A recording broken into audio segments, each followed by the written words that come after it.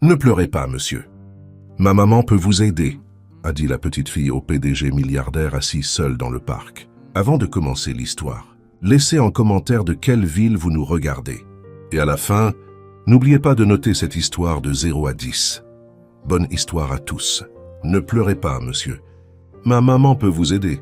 Ethan Walker, PDG de l'une des plus grandes entreprises d'analyse de marché aux États-Unis, un homme qui avait conclu des contrats de plusieurs millions de dollars sans ciller, qui avait affronté des conseils d'administration, furieux avec le calme d'un moine bouddhiste, était là. Assis sur un banc de parc à Boston, le nez rouge, les yeux larmoyants, tenant son téléphone, comme s'il s'agissait d'une grenade sur le point d'exploser.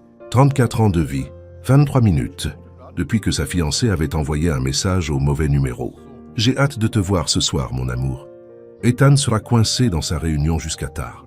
Nous pourrons avoir toute la nuit rien que pour nous. Le pire, c'est que le message était destiné à son entraîneur personnel, le gars qu'il payait 200 $ par séance. Ethan finançait littéralement sa propre trahison. Il avait découvert cela il y a exactement 23 minutes, en pleine réunion très importante, avec des investisseurs japonais. Son visage était devenu si blanc que le traducteur lui avait demandé s'il avait besoin d'un médecin. Ethan avait répondu qu'il allait bien, s'était excusé, avait quitté la salle de conférence au 30e étage, avait pris l'ascenseur, traversé le hall en marbre italien, était passé devant le portier qui lui avait dit « Bon après-midi, Monsieur Walker ». Il avait marché 6 pâtés de maison sans s'en rendre compte. Et maintenant, il était là, sur un banc dans un parc, en train de pleurer. Cela faisait exactement 9 ans qu'il n'avait pas pleuré, depuis la fin de l'université. Un pigeon se posa à côté de lui et pencha la tête comme s'il jugeait ses choix de vie. Ethan fixa le pigeon. « Quoi ?» murmura-t-il. « Tu n'as jamais vu un milliardaire faire une dépression nerveuse ?» Le pigeon s'envola. Apparemment, même les pigeons ne voulaient pas être près de lui. C'est alors qu'il l'entendit. Des petits pas menus, déterminés, venant vers lui. Ethan essaya de faire bonne figure, essuyant rapidement son visage avec la manche de son costume italien. Il était un PDG. Pour l'amour du ciel, les PDG ne pleurent pas dans les parcs publics. Les PDG pleurent dans des bureaux fermés avec du whisky cher après les heures de travail, comme des gens civilisés. « Monsieur », la voix était fine, douce et totalement indifférente au fait qu'elle interrompait le moment le plus pathétique de la vie d'un homme adulte. Ethan baissa les yeux. Une petite fille se tenait devant lui. Elle ne devait pas avoir plus de 8 ans. Des cheveux bruns attachés en 2 tresses, légèrement de travers, une robe jaune avec des taches qui ressemblaient à du chocolat, et un sourire auquel il manquait une dent de devant. Dans ses mains, en équilibre avec le soin de quelqu'un transportant un trésor national, se trouvait un cornet de glace, fraise avec des morceaux de fruits rouges. « Vous pleurez ?» demanda-t-elle sans tourner autour du pot. Ethan s'éclaircit la gorge. « Non, c'est une allergie. » La petite fille plissa le nez. « Les allergies qui rendent le nez rouge comme un nez de clown ?» Ethan ouvrit la bouche, la ferma, l'ouvrit de nouveau. « C'est une allergie très spécifique. » Elle n'avait pas l'air convaincue. « Tenez !» Et elle lui tendit la glace. Ethan regarda le cornet, puis la fille, puis de nouveau le cornet. « C'est pour moi ?»« Oui. Ma maman dit que la glace guérit presque tout. » Elle haussa les épaules, comme si elle partageait la sagesse la plus évidente de l'univers, sauf les os cassés. Pour ça, il faut un plâtre et un médecin. Et parfois, ces grosses aiguilles qui... J'ai compris. L'interrompit rapidement Ethan. Mais je ne peux pas accepter ta glace. Pourquoi? Parce que c'est la tienne. Mais vous en avez plus besoin que moi. Elle rapprocha le cornet. Vous ressemblez à quelqu'un qui a besoin de beaucoup de glace. Genre, peut-être 3 seaux. Ethan sentit quelque chose d'étrange se produire. Le coin de sa bouche trembla. C'était presque comme s'il voulait sourire. « Ta maman ne sera pas fâchée ?» Ma maman est fâchée quand je mange de la glace avant le dîner.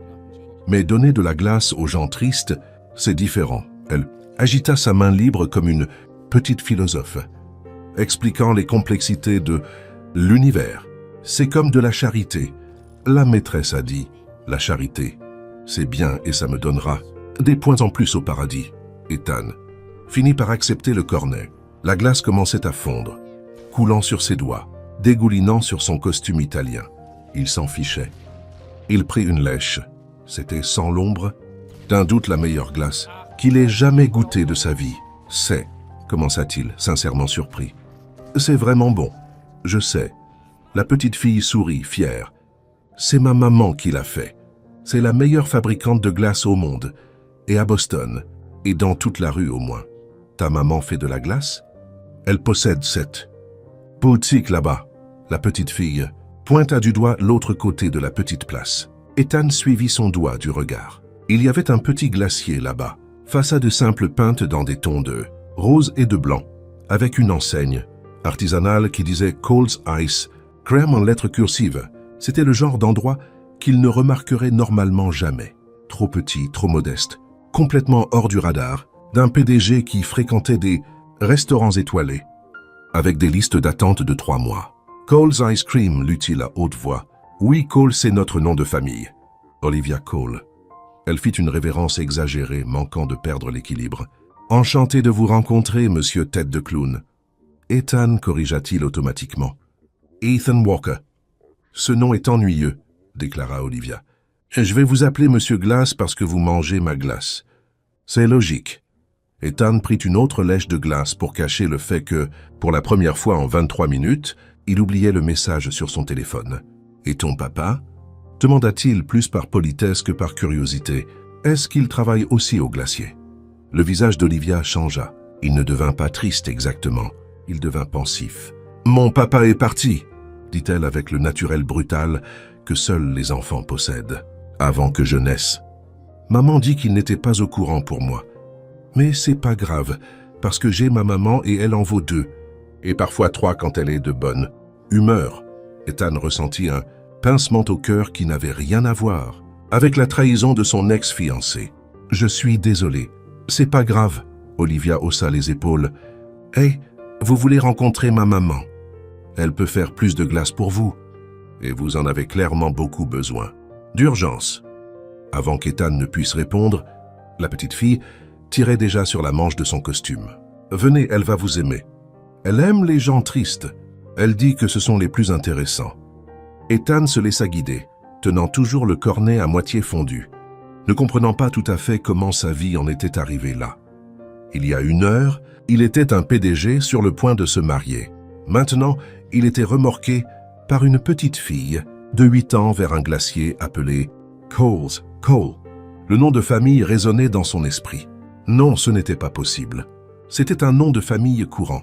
Il devait y avoir des milliers de Cole à Boston. Des millions, peut-être. Ils traversèrent la petite place.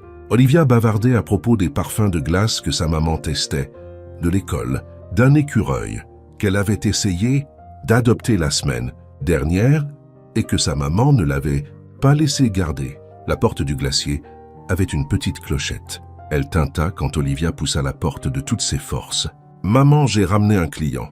Il pleurait dans le parc. Olivia, chérie, je t'ai dit de ne pas ramener d'inconnus du parc. » La femme tournait le dos, remuant quelque chose derrière le comptoir. La voix était familière, terriblement familière, d'une manière qui retourna l'estomac d'Ethan. Elle se retourna et le monde s'arrêta. Madison Cole, l'amour de sa vie à l'université, la femme qui avait disparu lors du dernier semestre sans laisser d'explication. La personne qu'il avait cherchée pendant des mois, pour laquelle il avait pleuré pendant des années, qu'il avait juré d'oublier et qu'il n'avait jamais pu. Elle était là, plus mûre, plus belle, avec le même sourire qu'il voyait chaque fois qu'il fermait les yeux. Ses yeux rencontrèrent les siens, et Ethan vit le moment exact où elle le reconnut, car son visage devint blanc, complètement blanc, comme si elle avait vu un fantôme. « Ethan !» Sa voix n'était qu'un murmure. Il ouvrit la bouche pour répondre. Rien ne sortit. La glace choisit ce moment précis pour s'effondrer du cornet et tomber, pile sur sa chaussure. La chaussure en cuir italien. Olivia regarda la chaussure, puis Ethan, puis sa maman. « Maman, pourquoi tu fais une tête bizarre? Et pourquoi Monsieur Glace a fait tomber sa glace? Les adultes sont si étranges. » Mais ni Madison ni Ethan n'écoutaient. Ils se fixaient simplement. 9 ans. 9 ans de questions sans réponse. 9 ans de nuits blanches, à imaginer ce qui avait mal tourné. 9 ans à essayer de comprendre pourquoi elle était partie. Et maintenant, elle était là avec un glacier, avec une fille, avec toute une vie qu'il ignorait. Madison ouvrit la bouche, mais aucun mot ne sortit. Ses yeux étaient larmoyants. Ses mains tremblaient légèrement sur le comptoir. La clochette de la porte tinta de nouveau lorsqu'un client entra derrière Ethan. « Excusez-moi, vous êtes ouvert ou… » Personne ne répondit. Olivia, remarquant que quelque chose d'étrange se passait, regarda l'un et l'autre des adultes avec un sourcil froncé. « Est-ce que vous vous connaissez ?» La question resta suspendue dans l'air, lourde comme un nuage d'orage. Madison déglutit difficilement. Ethan sentait son cœur battre si fort qu'il aurait juré que tout le monde, dans le glacier, pouvait l'entendre. « Oui, » murmura finalement Madison, la voix tremblante. « Nous nous connaissons. » Les yeux d'Olivia s'agrandirent, excités. « Vraiment? D'où? » « De l'école, du travail, du supermarché. » Ethan ne pouvait pas quitter Madison des yeux. Elle était là après toutes ces années, après toutes les nuits passées à se demander où elle pouvait être, ce qu'elle pouvait faire. Pourquoi elle était partie sans dire au revoir? « De l'université, » répondit-il, la voix rauque. « Nous nous sommes rencontrés à… » L'université. Le client derrière lui s'éclaircit la gorge, impatient. « Alors, vous êtes ouvert ou pas ?» Olivia, toujours pragmatique, pointa le congélateur. « On est toujours ouvert, monsieur, sauf le lundi.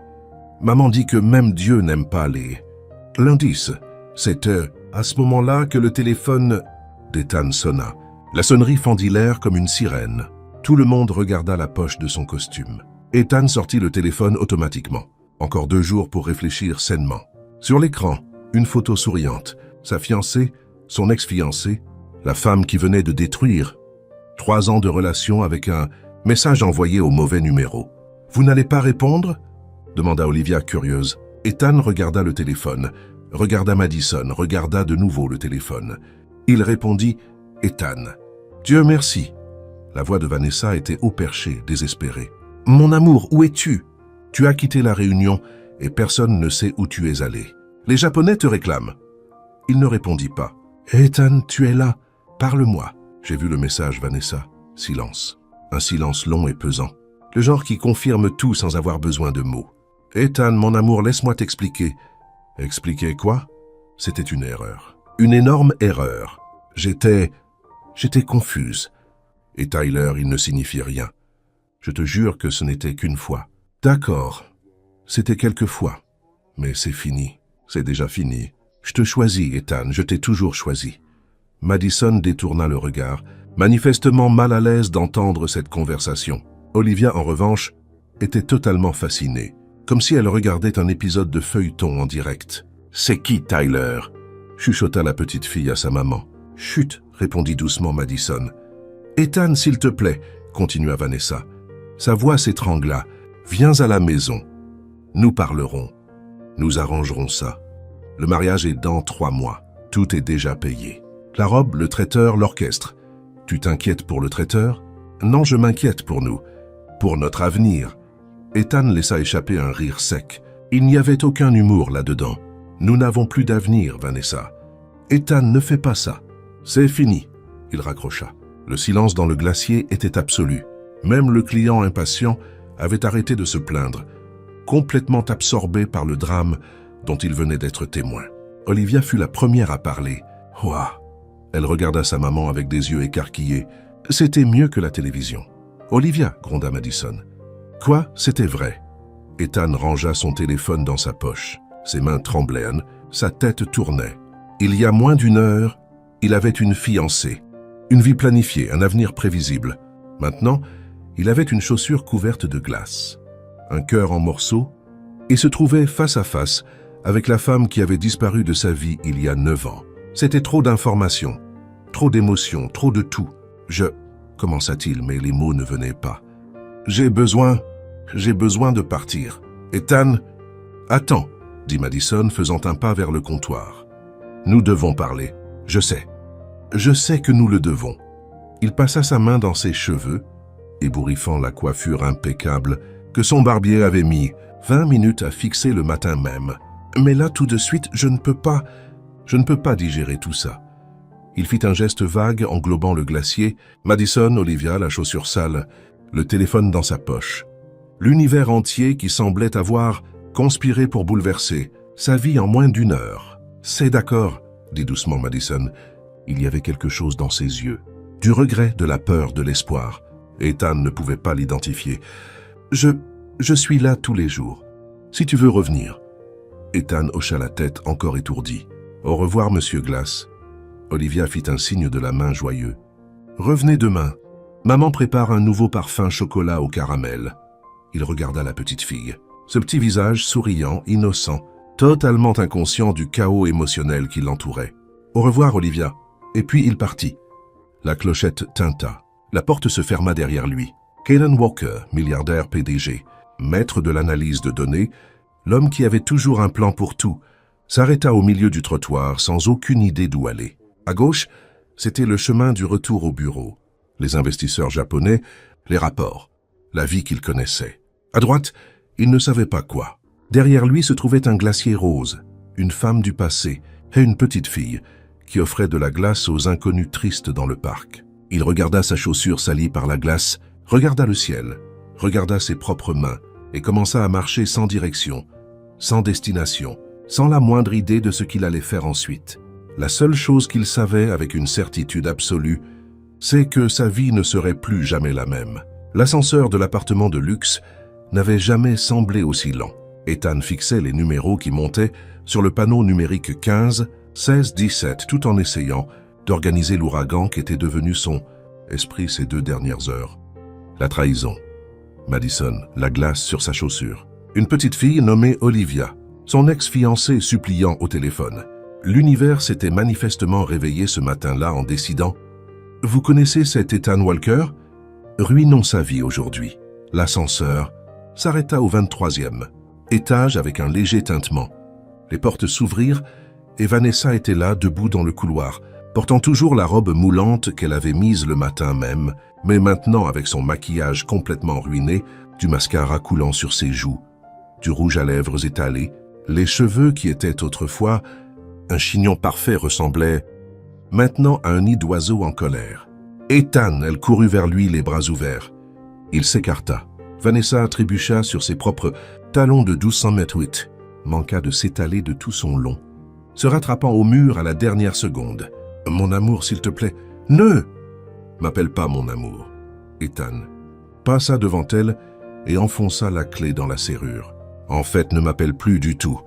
Ethan, tu dois m'écouter. » Il ouvrit la porte et entra dans l'appartement qu'il partageait depuis 8 mois. Tout ici hurlait « couple parfait ». Les photos encadrées au mur, les bougeoirs qu'elle avait achetés lors d'un voyage en Europe, les coussins décoratifs. Il n'avait jamais compris à quoi ils servaient. Des mensonges. Tout n'était que mensonge. Ethan alla droit dans la chambre et ouvrit le placard.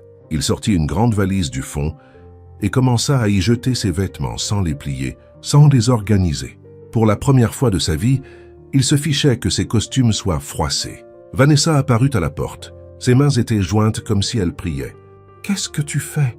À quoi ça ressemble? Tu t'en vas ?» Sa voix monta de 2 octaves. « Ethan, tu ne peux pas partir. Nous devons parler. Nous n'avons rien à nous dire. » « Si, nous avons. J'ai fait une erreur. » « Une erreur? Les gens font des erreurs. » Ethan s'arrêta de faire sa valise une seconde, la regarda. « Une erreur, c'est oublier de payer une facture. Une erreur, c'est acheter du lait périmé au supermarché. » Il recommença à jeter des vêtements dans la valise. « Ce que tu as fait n'était pas une erreur. C'était un choix. Plusieurs choix, apparemment. Tyler ne signifie rien. Tant mieux pour Tyler. Ethan, pour l'amour du ciel, regarde-moi. » Il ne regarda pas. Vanessa avança dans la chambre, ses talons faisant du bruit sur le parquet. J'étais confuse. « D'accord, tu travaillais trop. Tu n'es jamais à la maison. Je me sentais seul. Alors, tu as décidé de tenir compagnie à l'entraîneur personnel, que, soit dit en passant, je payais $200 par séance. » Ethan ferma la fermeture, éclair de la première valise avec une force inutile. « J'espère au moins que les entraînements étaient bons. Tu es cruel. Je suis honnête. Pour la première fois dans cette relation, on dirait que l'un de nous est honnête. » Vanessa laissa échapper un sanglot dramatique, le genre qui semblait avoir été répété devant le miroir. « Tu vas jeter 3 ans. 3 ans, Ethan, à cause de quelque chose de stupide. » Stupide, il s'arrêta enfin. Il la regarda enfin. « Tu as envoyé un message à un autre homme disant que tu avais hâte d'être avec lui. Tu as arrangé de le voir le soir où je travaillais tard. Travailler, Vanessa, pour payer l'appartement où vous étiez tous les deux. Probablement. Il ne finit pas sa phrase. Il n'en avait pas besoin. Vanessa se couvrit le visage de ses mains. Ce n'était pas ici. Je ne l'amènerai jamais ici. Oh, quelle délicatesse. Vanessa. Il ouvrit la deuxième valise, commença à vider les tiroirs de la table de nuit, montre, chargeur, le livre qu'il lisait depuis 3 mois et qu'il n'arrivait jamais à finir. Vanessa essaya une nouvelle stratégie. Elle arrêta de pleurer, prit une grande inspiration, adopta une posture plus digne. D'accord. D'accord, je comprends que tu sois en colère. Tu as tout à fait le droit d'être en colère. Mais réfléchis avec moi. Le mariage est dans 3 mois. Tout est déjà payé. La robe, le traiteur, l'orchestre, les fleurs, le photographe. Tu sais combien ce photographe a coûté? Ethan laissa échapper un rire incrédule. Tu me parles d'un photographe là, maintenant? Je parle de sens pratique, de logique. Tu es un homme de chiffres, Ethan. Fais le calcul. Combien d'argent allons-nous perdre en annulant tout? Moins que ce que je perdrais en t'épousant. Vanessa en resta bouche bée. C'était très impoli. C'était sincère. Il ferma la deuxième valise, regarda autour de lui. Il avait tout ce dont il avait besoin. L'appartement est à toi. Mes avocats prendront contact pour les détails. Des avocats? Ses yeux s'agrandirent. Ethan, nous ne sommes même pas encore mariés. Et Dieu merci, nous ne le serons jamais. Il saisit les 2 valises et se dirigea vers la porte. Vanessa courut après lui, ses talons faisant un bruit ridicule sur le sol. Tu fais la plus grande erreur de ta vie. Ethan s'arrêta à la porte, se retourna une dernière fois. Vanessa, je ne vais dire cela qu'une fois. Alors fais attention. Sa voix était calme, contrôlée, presque effrayante de sérénité. Ne réapparaît plus dans ma vie. Ne viens pas à mon entreprise. N'appelle pas. N'envoie pas de SMS. Ne parle pas à mes amis. Ne parle pas à ma famille. À toute fin utile, à partir de maintenant, je n'existe plus pour toi et tu n'existes plus pour moi. Adieu, Vanessa. Il partit. La porte se ferma avec un léger clic. De l'autre côté, il pouvait entendre Vanessa crier quelque chose sur le fait qu'il allait le regretter. Quelle était la meilleure chose qui lui soit jamais arrivée dans la vie? Qu'il ne trouverait jamais quelqu'un comme elle. Ethan appuya sur le bouton de l'ascenseur. « C'est ce que j'espère », murmura-t-il pour lui-même. La maison d'Eleanor Walker se trouvait dans un quartier calme, à la périphérie de Boston. C'était un bâtiment classique, de 2 étages avec un jardin bien entretenu et un porche où sa mère passait ses après-midi à lire. Ethan se gara dans l'allée et resta assis à l'intérieur de la voiture pendant un long moment. Ses mains étaient toujours sur le volant. Il ne l'avait pas prévenu qu'il venait. Il ne savait même pas ce qu'il allait dire. « Salut maman.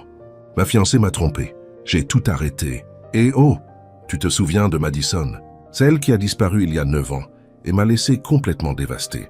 Eh bien, elle a un glacier maintenant et une fille. Ta journée s'est bien passée. » Il appuya son front sur le volant. Quel gâchis. Il prit une grande inspiration, sortit de la voiture, marcha jusqu'à la porte d'entrée et sonna. 30 secondes plus tard, la porte s'ouvrit. Eleanor Walker avait 62 ans, des cheveux gris élégamment coupés au menton, des yeux marrons chaleureux et un tablier qui disait « Meilleure grand-mère du monde ». Un cadeau optimiste d'une nièce qui espérait encore qu'Ethan donnerait des petits-enfants à la famille. Ethan, son visage s'éclaira, mais se rida bientôt de confusion. « Mon chéri, qu'est-ce que tu fais ici en milieu de semaine? Et pourquoi as-tu des valises? Salut, maman. » Eleanor regarda son fils, regarda les valises, regarda son visage et elle comprit. « Entre, mon chéri. Je vais faire du thé. » 15 minutes plus tard, Ethan était assis dans la cuisine de son enfance avec une tasse de thé à la camomille dans les mains et une assiette de biscuits fait maison devant lui qu'il n'avait pas touché. Eleanor était assise de l'autre côté de la table, attendant patiemment. Vanessa m'a trompé. Les mots sortirent plus facilement qu'il ne l'avait prévu. Avec qui? Demanda calmement Eleanor. L'entraîneur personnel, le blond avec le sourire. Qui est trop grand? Celui-là? Même. Eleanor hocha lentement la tête comme si elle traitait l'information. Je ne l'ai jamais aimé. Ethan leva les yeux. Tu ne l'as vu qu'une fois. Une fois a suffi. Elle prit une gorgée de son propre thé.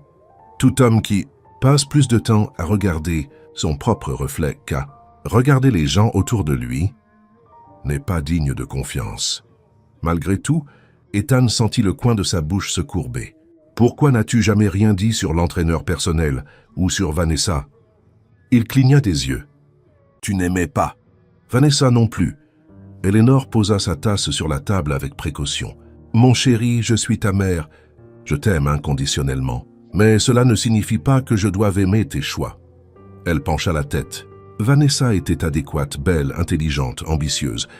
Sur le papier, parfaite, mais elle n'a jamais fait briller tes yeux. Ethan fronça les sourcils. Maman, c'est la vérité. Eleanor sourit doucement. Ton père, que Dieu ait son âme, faisait briller mes yeux chaque fois qu'il entrait dans une pièce. Même après 30 ans de mariage, même quand il laissait ses chaussettes par terre, et que je voulais le jeter par la fenêtre. Elle rit doucement au souvenir. C'est comme ça qu'on sait que c'est réel. Ethan regarda la tasse dans ses mains, la vapeur s'élevant en spirale délicate. J'ai vu Madison aujourd'hui. Le silence qui suivit fut assourdissant. Quand Ethan leva les yeux, sa mère était totalement immobile, la tasse suspendue en l'air à mi-chemin de sa bouche. Madison, sa voix était prudente. Madison Cole elle-même. Eleanor posa la tasse sur la table très lentement. Où? Elle a un glacier près du centre-ville. Une petite fille m'a trouvé dans le parc et m'y a emmené. Sa fille. Elle a environ 8 ans, je pense, Olivia. Eleanor ne dit rien. Mais Ethan connaissait sa mère. Il connaissait ce regard. Le regard de quelqu'un qui relie les points, fait des calculs, arrive à des conclusions. Maman, est-ce que tu lui as parlé? Il n'y a pas eu le temps. J'étais sous le choc. Et puis Vanessa a appelé et je suis parti sans même. Il s'arrêta, passa sa main sur son visage. Je ne sais pas quoi faire, maman. Je ne sais pas quoi ressentir. Cela fait 9 ans. 9 ans qu'elle a disparu sans explication. Je l'ai cherchée. J'ai essayé de la trouver. Et maintenant elle apparaît. Comme ça avec un glacier et une filet. Eleanor tendit le bras à travers la table et tint la main de son fils. Qu'est-ce que ton cœur te dit? Que c'est le chaos. Et quoi d'autre? Ethan ferma les yeux. Qu'en 2 secondes en la regardant, j'ai ressenti plus que ce que j'ai ressenti en 3 ans avec Vanessa. Quand il ouvrit les yeux, sa mère souriait. Un petit sourire doux plein de quelque chose qui ressemblait beaucoup à de l'espoir. Alors tu sais déjà ce que tu dois faire. Je dois y retourner. Je dois lui parler. Je dois comprendre pourquoi elle est partie. Eleanor serra sa main. Mais pas aujourd'hui. Aujourd'hui, tu te reposes. Aujourd'hui, tu digères. Demain. Elle sourit. Demain, tu iras chercher tes réponses. Ethan hocha la tête, trop épuisé pour discuter. Alors que sa mère se levait pour préparer la chambre d'amis, il resta là, debout, regardant la tasse de thé qui était déjà devenue froide. Madison Cole. Après toutes ces années, avec un glacier, avec une fille, avec toute une vie dont il ne faisait pas partie, et la seule chose à laquelle il pouvait penser, la seule image qui ne quittait pas sa tête, c'était son sourire.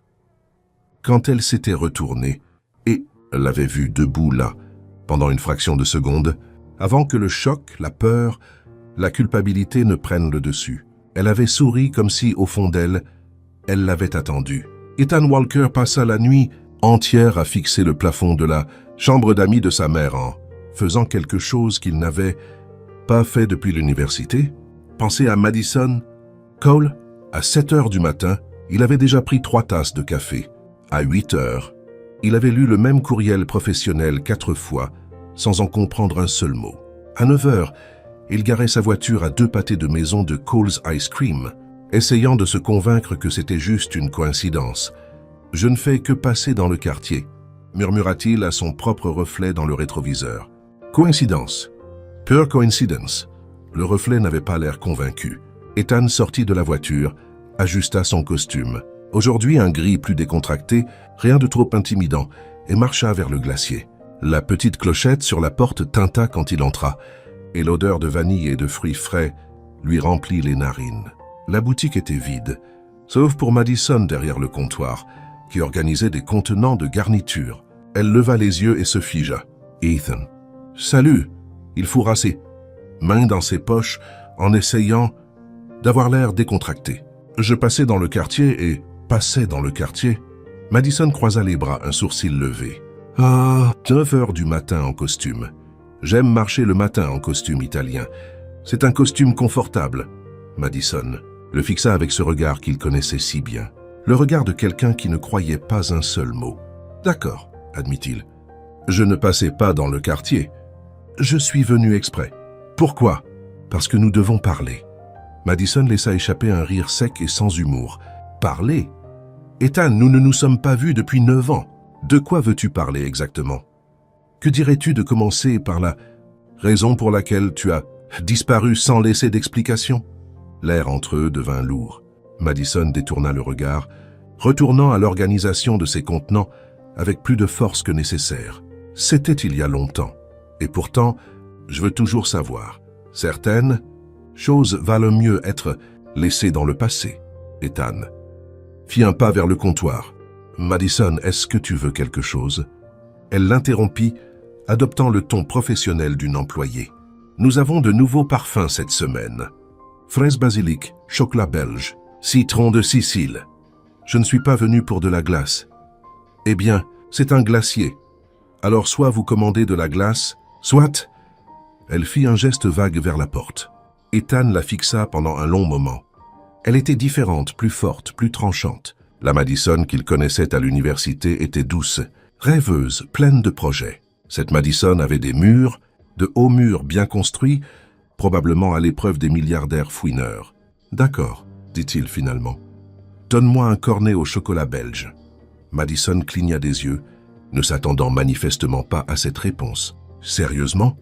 Tu as dit que c'était un nouveau parfum. Je veux goûter. » Elle le regarda avec suspicion, mais attrapa un cornet et commença à préparer la glace. Ethan profita du moment pour regarder autour de lui dans la boutique, son cerveau d'analyste se mettant en marche automatiquement. « Vous avez un bon emplacement commercial ici, » commenta-t-il. « Trafic piétonnier raisonnable, proximité du parc, façade visible depuis la rue principale. » Madison s'arrêta de servir la glace. « Qu'est-ce que tu fais ?»« J'observe. »« Tu analyses mon glacier. » « C'est ce que je fais. J'analyse des entreprises. Je sais ce que tu fais. » Ethan, elle finit de préparer le cornet et le posa sur le comptoir avec un peu plus de force que nécessaire. « J'ai aussi commencé ce programme, tu te souviens ?» Ethan fronça les sourcils. « Tu as disparu au dernier semestre. Je pensais que tu avais été transféré dans une autre... » « Université. » Madison resta silencieuse, une seconde de plus qu'elle n'aurait dû. Ce n'était pas un transfert. Alors c'était quoi? La vie a suivi son cours. Ethan, elle détourna le regard, faisant semblant de ranger quelque chose sur le comptoir. Tout le monde n'a pas le luxe de suivre le chemin prévu.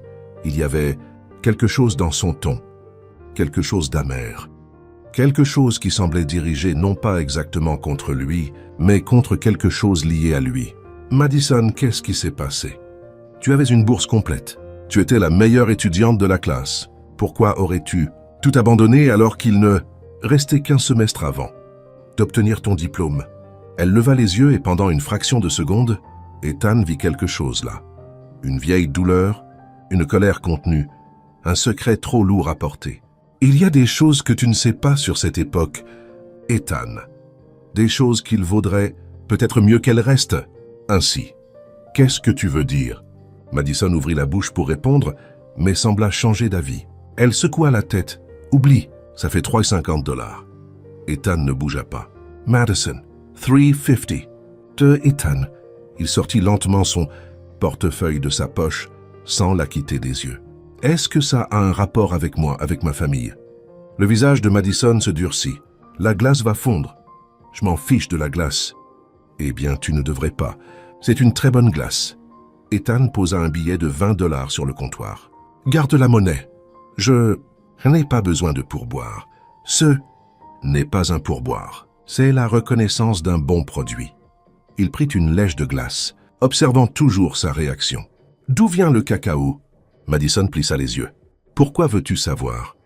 Curiosité professionnelle. Tu ne travailles pas dans la glace. Je travaille dans l'analyse de marché. Tout m'intéresse. Il regarda le menu accroché au mur, écrit à la main à la craie de couleur, plein de personnalité. Combien de parfums fixes avez-vous sur votre carte? 12. Et les parfums tournants? 4 par mois. Marge bénéficiaire? Sur les parfums premium par rapport aux traditionnels, Madison lâcha le chiffon qu'elle utilisait pour nettoyer le comptoir. Ethan, qu'est-ce que tu fais? J'essaie de comprendre ton entreprise. Pourquoi? Parce que ça m'importe. Tu ne m'as pas vu pendant 9 ans. Et soudain, tu te soucies de ma marge bénéficiaire. Je me suis toujours soucié de toi. Madison. Les mots sortirent avant qu'il ne puisse les arrêter. C'est toi qui es parti sans. Explication. Le silence qui suivit fut assourdissant. Madison s'appuya contre le comptoir, les épaules tendues. Tu ne sais rien. Alors dis-moi. Ce n'est pas si simple. J'ai le temps. Pas moi. Elle pointa la porte. J'ai un glacier à gérer, une fille à élever, des factures à payer. Je n'ai pas le temps de m'asseoir, ici pour revivre le passé avec toi, Madison. Non. Ethan, écoute. Elle lui fit enfin face et il y avait quelque chose dans ses yeux. De la peur, de la culpabilité, une douleur qui lui serra le cœur. J'ai construit cette vie à partir de rien, seul, sans l'aide de personne. Je n'ai pas besoin que tu apparaisses ici avec ton costume cher et tes analyses de marché en voulant arranger les choses. Je n'essaie pas d'arranger quoi que ce soit. Non? Alors qu'est-ce que tu veux maintenant? Ethan ouvrit la bouche, la ferma, réfléchit un instant. Je veux comprendre. Comprendre quoi? Pourquoi tu es parti? Ce qui s'est passé. Comment tu vas? Si tu es heureuse. Il haussa les épaules, soudain vulnérable. Je veux savoir ce qu'il en est de toi, Madison. Est-ce si difficile à croire? Madison resta silencieuse pendant un long moment. Ethan pouvait voir la bataille se dérouler derrière ses yeux. La partie qui voulait le renvoyer versus la partie qui, peut-être, juste peut-être, voulait qu'il reste. La glace va fondre, finit-elle par dire. Ethan regarda le cornet dans sa main. Il commençait déjà à dégouliner sur ses doigts. Je dois vraiment apprendre à manger ces trucs plus vite. Le coin de la bouche de Madison tressaillit, presque un sourire. Tu as toujours été nul avec les glaces. Tu te souviens de cette fois à la foire du campus quand Jean ai fait tomber sur ta chemise blanche? C'était ma chemise préférée. Je t'en ai racheté une autre. C'était la mauvaise couleur. Elle était bleue. Tu aimais le bleu. Elle était bleu marine. J'aimais le bleu clair. Ethan sourit. Un vrai sourire pour la première fois depuis des jours. Tu as vraiment gardé rancune pour une chemise pendant 9 ans. Je garde rancune pour beaucoup de choses. Ethan Walker. Mais elle souriait maintenant. Un petit sourire réticent mais réel. La petite clochette sur la porte tinta. Maman, j'ai fini mes devoirs. Olivia arriva en courant, son sac à dos se balançant, le visage rayonnant de fierté. Elle s'arrêta net en voyant Ethan. « Monsieur Glass !»« Salut, Olivia. Vous êtes revenu ?» Elle se tourna vers sa maman, excitée. « Maman, Monsieur Glass est revenu. Je t'avais dit qu'il reviendrait. Tu me dois $1 ?» Madison devint rouge. « Olivia, vous avez parié sur mon retour ?» demanda Ethan, sincèrement amusé. « J'ai dit oui parce que vous aviez l'air très triste hier et les gens tristes reviennent. Toujours pour de la glace ?» Olivia grimpa sur un tabouret derrière le comptoir. Maman a dit non parce que les adultes sont compliqués et imprévisibles. « Olivia, ça suffit. »« Quoi ?»« C'est vrai, tu as dit exactement. » Ça, Ethan regarda. Madison qui semblait vouloir que le sol s'ouvre pour l'engloutir. « Alors tu as pensé à moi ?» dit-il avec un sourire satisfait. « J'ai pensé à toi dans le contexte d'un pari de $1 avec ma fille de 8 ans. Tu as quand même pensé à moi. Tu es insupportable. Et tu n'as pas changé du tout. » Ils se dévisagèrent. La tension dans l'air était presque palpable. Mais cette fois, elle n'était pas hostile. C'était autre chose. Quelque chose que ni l'un ni l'autre ne voulait nommer. Olivia regarda l'un puis l'autre. « Vous refaites ce truc bizarre. Ce truc où vous vous regardez sans parler. Les adultes sont si étranges. » Madison rompit le contact visuel la première. « Olivia, va te laver les mains. Je vais préparer ton goûter. »« D'accord. » La petite fille sauta du tabouret mais s'arrêta à la porte de derrière. « Monsieur Glass, vous serez encore là quand je reviendrai ?» Ethan regarda Madison, attendant sa réponse. Madison soupira vaincu. « Je n'ai pas besoin d'analyse. »« Ethan, j'ai besoin de paix. Et si je pouvais te donner les deux ?» Elle ne répondit pas, mais elle ne le renvoya pas non plus. Et pour l'instant, cela suffisait. Olivia revint en courant, les mains encore mouillées. « Maman, j'ai oublié de te dire. » La maîtresse a demandé aux parents de venir à l'école, vendredi pour la fête de la famille. Elle se tourna vers Ethan avec des yeux pétillants. « Vous pourriez venir, Monsieur Glass. » Maman y va toujours toute seule. Et elle a l'air triste quand elle voit les autres. Parent, le visage de Madison perdit toute couleur. Et Ethan, pour la première fois, sentit quelque chose d'étrange se former dans sa poitrine. Un sentiment qu'il ne pouvait expliquer, comme s'il regardait quelque chose d'important sans parvenir à voir de quoi il s'agissait. Ethan Walker n'avait jamais pris de vacances de sa vie. Pas quand son médecin le suppliait, pas quand son assistante le menaçait de démissionner, pas quand sa propre mère l'appelait en disant qu'il ressemblait à un zombie d'entreprise, avec des cernes de panda. Mais il était là à 8 heures du matin un mardi, à appeler le bureau. Comment ça, des vacances? La voix de Richard, son associé, fit presque exploser le haut-parleur du téléphone. Tu ne prends pas de vacances. Tu ne sais pas ce que sont les vacances. La dernière fois que j'ai essayé de t'envoyer aux Caraïbes, tu as emporté 3 ordinateurs portables et tu as fait des vidéoconférences depuis la plage. Il n'y avait que 2 ordinateurs. Ethan, j'ai besoin d'1 semaine, Richard. Peut-être 2. Tu es malade. Tu es mourant, c'est ça? Tu as une maladie terminale que tu ne m'as pas dite? Je ne meurs pas. Alors pourquoi demandes-tu des vacances? Ethan regarda par la fenêtre de la chambre d'amis de sa mère. Le soleil du matin brillait, les oiseaux chantaient, et quelque part dans le centre de Boston, il y avait un glacier qui avait besoin d'aide. Affaire personnelle, dit-il simplement. Le silence à l'autre bout du fil fut si long qu'Ethan vérifia si l'appel n'avait pas été coupé. Richard, désolé, je suis encore en train de traiter l'info. Toi, Ethan Walker, l'homme qui répondait aux emails pendant sa propre fête d'anniversaire, tu prends des vacances pour des affaires personnelles. C'est exact. Qui es-tu et qu'as-tu fait de mon associé? Au revoir, Richard. Il raccrocha avant que son ami ne puisse poser d'autres questions. La petite clochette de Cole's Ice, Cream Tinta 9h15. Madison leva les yeux du comptoir et manqua de faire tomber le récipient de vermicelle. Qu'elle tenait. Encore toi. Bonjour à toi aussi. Ethan entra dans la boutique avec un sourire. Je suis venu postuler pour un poste d'aide, d'assistant, de stagiaire, tout ce dont tu as besoin. Madison cligna des yeux 2 fois. Tu plaisantes. Je n'ai jamais été aussi sérieux de ma vie. Ethan, tu es PDG d'une entreprise multimillionnaire et je suis en vacances. Tu ne prends pas de vacances. Comment le sais-tu? Parce que tu n'as jamais pris de vacances à l'université. Tu étudiais pendant les vacances. Tu faisais des stages pendant les vacances. Tu travaillais probablement en dormant. Je me suis amélioré. C'est un mensonge. D'accord, c'est un mensonge. Mais j'essaie de changer. Madison croisa les bras, luttant manifestement contre un sourire. Et tu veux changer en travaillant dans mon glacier? Je veux aider. Pourquoi? Parce qu'hier tu as dit que tu avais tout construit seul. Et j'ai pensé que peut-être, juste peut-être, tu n'avais pas besoin de continuer à tout faire toute seule. Le sourire que Madison retenait s'échappa pendant une fraction de seconde avant qu'elle ne reprenne sa contenance. Est-ce que tu sais faire de la glace? Non. Est-ce que tu sais faire fonctionner la machine à cornet? Non. Est-ce que tu sais servir les clients? Je sers des investisseurs japonais. Les clients devraient être plus faciles. Les investisseurs japonais ne demandent pas à goûter tous les parfums avant de choisir. Combien de parfums as-tu? 16. Ça ne semble pas si terrible. Ils demandent à goûter 16 parfums et choisissent ensuite te vanille. Ethan fit une grimace. D'accord, ça a l'air horrible. Bienvenue dans le commerce de détail. Madison lui lança un tablier. Si tu veux aider, mets ça. Ethan tint le tablier.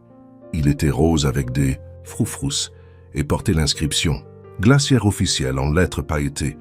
C'est le seul tablier disponible? C'est le seul qui reste. L'autre est avec Olivia. Est-ce que celui d'Olivia est aussi rose avec des froufrous? Celui d'Olivia a des licornes. Ethan regarda le tablier, regarda Madison, regarda de nouveau le tablier. Est-ce que celui avec les licornes est disponible? Madison rit. Un vrai rire sonore et sincère qui réchauffa quelque chose dans la poitrine d'Ethan. Mais le tablier, Ethan, il le mit et ainsi commença la pire journée de l'histoire de Cole's Ice Cream. Le premier désastre arriva à 10h15. Un client commanda un cornet, fraise avec nappage chocolat. Ethan, plein de confiance, alla à la machine à glace, positionna le cornet et tira le levier. Rien ne se passa. Il tira plus fort. Un jet de glace à la fraise explosa directement sur son visage. « Il fallait déverrouiller le loquet de sécurité d'abord », dit calmement Madison pendant que le client filmait tout avec son téléphone. Ethan essuya la glace de son œil gauche. « Tu aurais pu mentionner ça avant et rater cette scène. Jamais. » Le deuxième désastre survint à Innos 40, Madison. Lui demanda de surveiller les biscuits dans le four pendant qu'elle servait une famille de 5 enfants. « C'est juste pour 5 minutes, dit-elle. Quand le minuteur sonne, tu les sors. Compris. » Le minuteur sonna. Ethan était occupé à essayer de comprendre comment fonctionnait la caisse enregistreuse. Au moment où l'odeur de brûlé atteignit ses narines, il était déjà trop tard. C'était les biscuits spéciaux au chocolat belge, dit Madison en regardant les cailloux carbonisés qui furent autrefois des biscuits. La recette de ma grand-mère. Je rachèterai des ingrédients. Ce que tu vas faire, c'est rester loin du four pour le reste de la journée.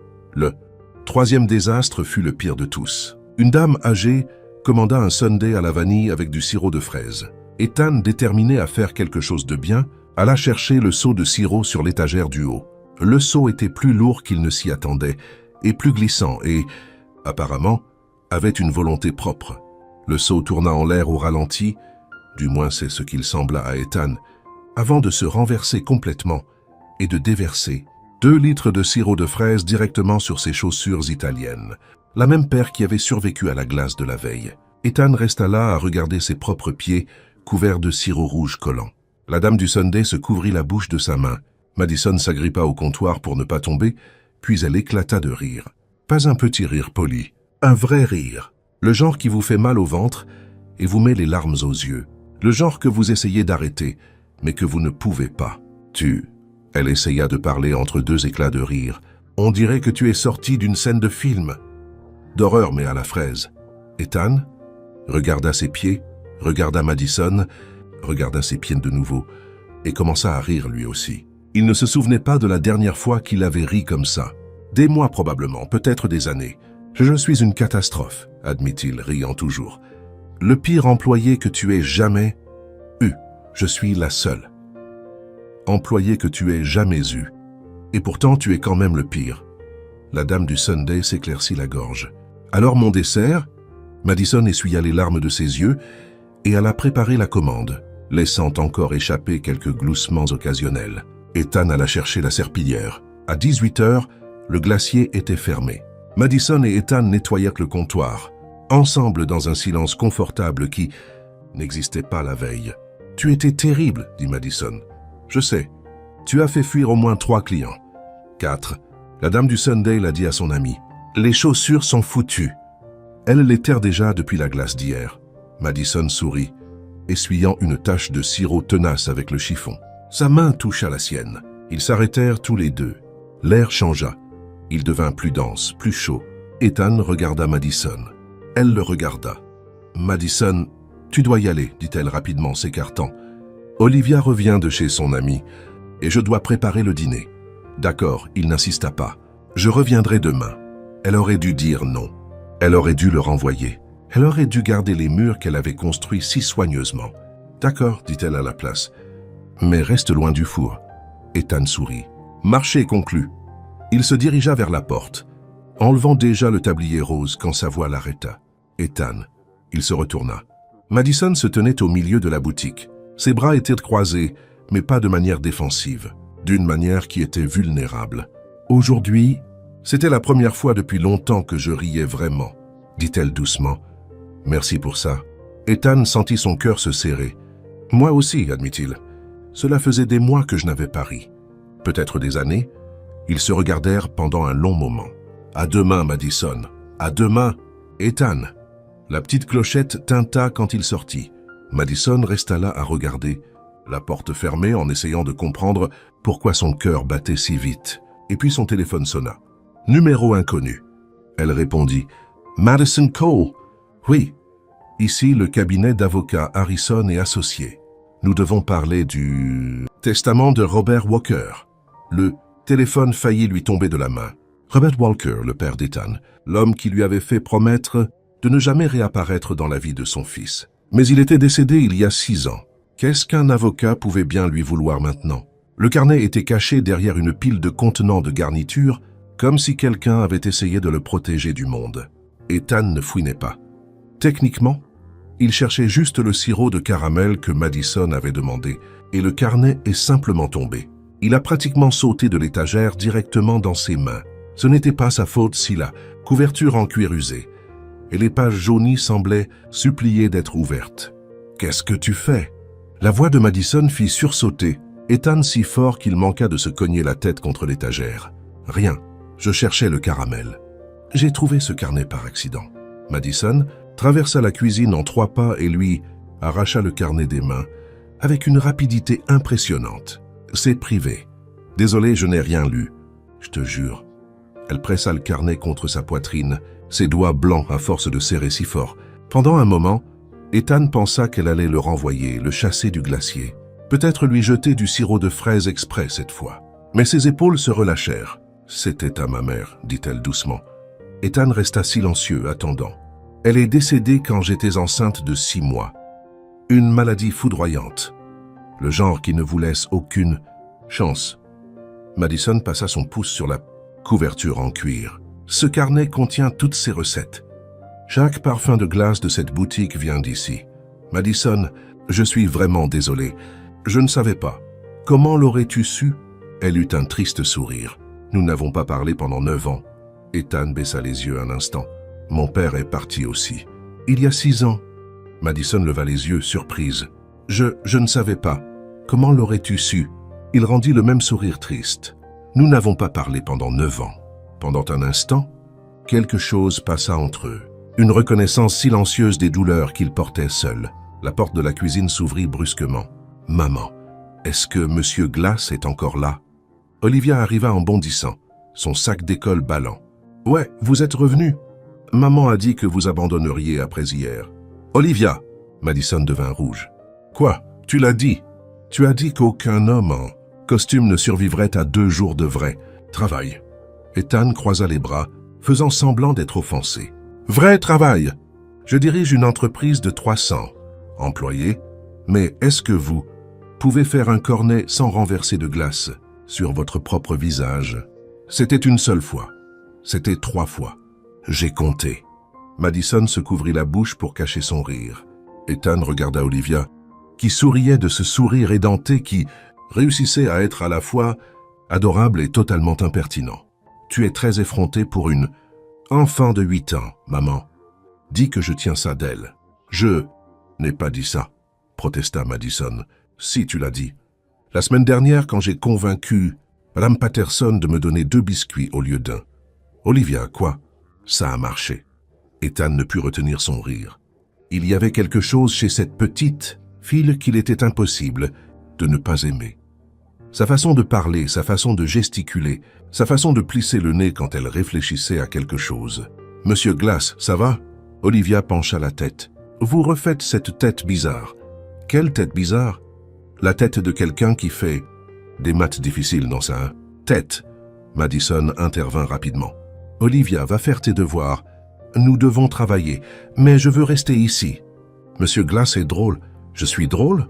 demanda Ethan sincèrement surpris. « Vous avez renversé un seau de sirop sur votre propre pied.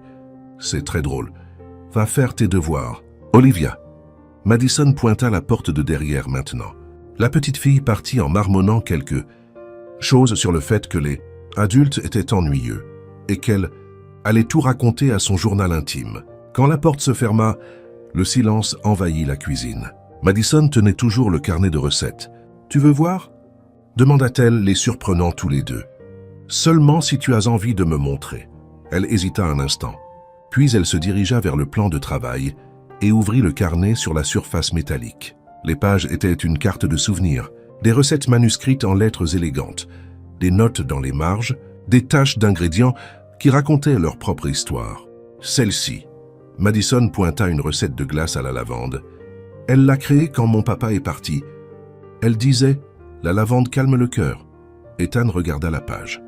Il y avait une note dans le coin, pour les jours où le manque se fait trop pressant. Et celle-là, elle tourna une autre page. Chocolate Piment. Elle l'a faite quand je suis entré à l'université. Elle disait que le succès doit avoir un peu de feu. Ta mère semblait être une personne incroyable. Elle l'était. Madison passa sa main sur la page avec affection. Elle m'a tout appris. Comment faire de la glace, comment gérer une entreprise, comment élever une fille seule. Sa voix trembla sur la dernière partie. Ethan ne dit rien. Il attendit simplement. « Tu sais ce qu'il y a de plus dur dans le fait d'être une maman solo ?» demanda Madison, regardant toujours le carnet. « Ce n'est pas l'argent. Ce n'est pas l'épuisement. C'est de n'avoir personne avec qui partager les moments. Quand Olivia a fait ses premiers pas, j'étais seul. Quand elle a dit son premier mot, j'étais seul. Quand elle a eu une forte fièvre à 2 ans et que j'ai passé toute la nuit à l'hôpital, ne sachant pas si elle s'en sortirait. J'étais seul. Elle s'arrêta, prit une grande inspiration. J'étais seul. Ethan ressentit un pincement, au cœur si fort que cela lui fit presque mal. « Madison, je ne te dis pas ça pour que tu aies pitié de moi. » Elle le regarda enfin. « Je te le dis parce que tu as demandé pourquoi je suis parti. Et la réponse est compliquée. Mais une partie de cela est que j'avais peur. Peur de ne pas être à la hauteur. Peur de gâcher la vie de tout le monde. Peur de moi ?» Elle ne répondit pas. Mais le silence disait tout. « Madison, je ne ferai jamais rien pour te blesser. Tu le sais, je sais. » Sa voix n'était qu'un murmure. Mais parfois les gens nous blessent sans le vouloir. Parfois les circonstances nous blessent. Parfois. Elle s'arrêta de nouveau. Ethan avait le sentiment qu'il y avait plus, beaucoup plus, quelque chose qu'elle retenait, quelque chose qui pesait sur ses épaules depuis des années. La porte s'ouvrit de nouveau. « Maman, je ne comprends pas ce problème de division. » Olivia apparut avec un cahier à la main. « Pourquoi on doit diviser les nombres? Les nombres n'aiment pas être divisés. C'est méchant. » Madison rit discrètement, essuyant le coin de ses yeux. « Apporte ça ici. Je vais t'aider. Est-ce que M. Glass s'y connaît en maths? Je suis analyste de marché. Les maths sont littéralement mon métier. » Les yeux d'Olivia s'agrandirent. « Vraiment? Alors, vous êtes genre un génie des nombres? » Je n'irai pas jusqu'à dire génie. Maman, M. Glass est un génie. Et il peut m'aider. Avant qu'Ethan ne puisse protester, Olivia avait déjà sauté sur la chaise à côté de lui et avait poussé le cahier vers lui. « Tiens, divise ce nombre par celui-là. Et explique-moi ça d'une façon qui a du sens parce que la maîtresse. Explique ça d'une façon qui ressemble à du grec. » Ethan regarda le problème, regarda Olivia, regarda Madison qui les observait tous les deux avec une expression étrange sur le visage. « D'accord, dit-il. Imagine que tu as 16 boules de glace et que tu veux les diviser, également entre 4 personnes. La glace. Là, on parle ma langue, tout en expliquant les fractions à l'aide d'analogies avec la glace. Ethan remarqua quelque chose. Olivia se mordait la lèvre inférieure quand elle se concentrait, exactement comme lui. Il regarda Madison qui détourna les yeux rapidement, trop rapidement. « J'ai compris !» cria soudain Olivia, faisant sursauter Ethan. « La réponse est 4. 4 boules de glace pour chaque personne. C'est exact. Vous êtes le meilleur. » Prof de maths du monde. Elle se tourna vers sa maman. « Maman, pourquoi tu pleures ?» Madison essuya rapidement son visage. « Je ne pleure pas. C'est l'allergie. » Olivia leva les yeux au ciel. « Maman pleure même quand elle coupe des oignons en plastique. Elle croit que je ne remarque pas, mais je remarque tout. » Olivia. « D'accord, d'accord. Je finis mes devoirs. » La petite fille sauta de la chaise mais s'arrêta à la porte. « Monsieur Glass? Oui. Est-ce que vous serez là demain aussi? » Ethan regarda Madison. Elle ne dit pas non. « Oui, répondit-il. » Olivia sourit. Ce sourire édenté qui fit se produire quelque chose d'étrange dans la poitrine d'Ethan. « Cool, vous êtes l'adulte le plus drôle que je connaisse à part maman. » Mais maman, ça ne compte pas parce que c'est ma maman. Elle s'en alla en sautillant. Madison et Ethan restèrent en silence. « Elle t'aime bien. » Madison dit enfin. « C'est une enfant. » Incroyable. Je sais, il y avait quelque chose dans son ton, quelque chose de lourd, quelque chose qu'Ethan ne parvenait pas tout à fait à déchiffrer. « Madison, je peux te demander quelque chose ?» Elle se tendit. Ça dépend de la question. Le père d'Olivia, tu ne lui as jamais parlé d'elle. Le visage de Madison devint blanc. C'est compliqué. Tu as déjà dit ça. Parce que c'est vrai. Elle ferma le carnet de recettes, avec plus de force que nécessaire. Certaines histoires ne sont pas à moi de les raconter, Ethan. Certaines décisions ont été prises par moi et d'autres. D'autres ont été prises par des gens qui pensaient savoir ce qui était le mieux. Ethan fronça les sourcils. Qu'est-ce que ça veut dire? Madison ouvrit la bouche pour répondre. Le téléphone de la boutique sonna. Elle répondit, manifestement soulagée par l'interruption. Cole's Ice Cream. Bonjour. Ethan l'observa pendant qu'elle notait une commande, sa main tremblant légèrement. Des gens qui pensaient savoir ce qui était le mieux. Quels gens?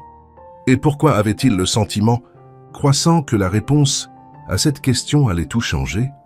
1 semaine, 7 jours, 168 heures. C'était le temps qu'Ethan Walker travaillait à Cole's Ice Cream et il ne savait toujours pas faire fonctionner la machine à glace sans causer une catastrophe.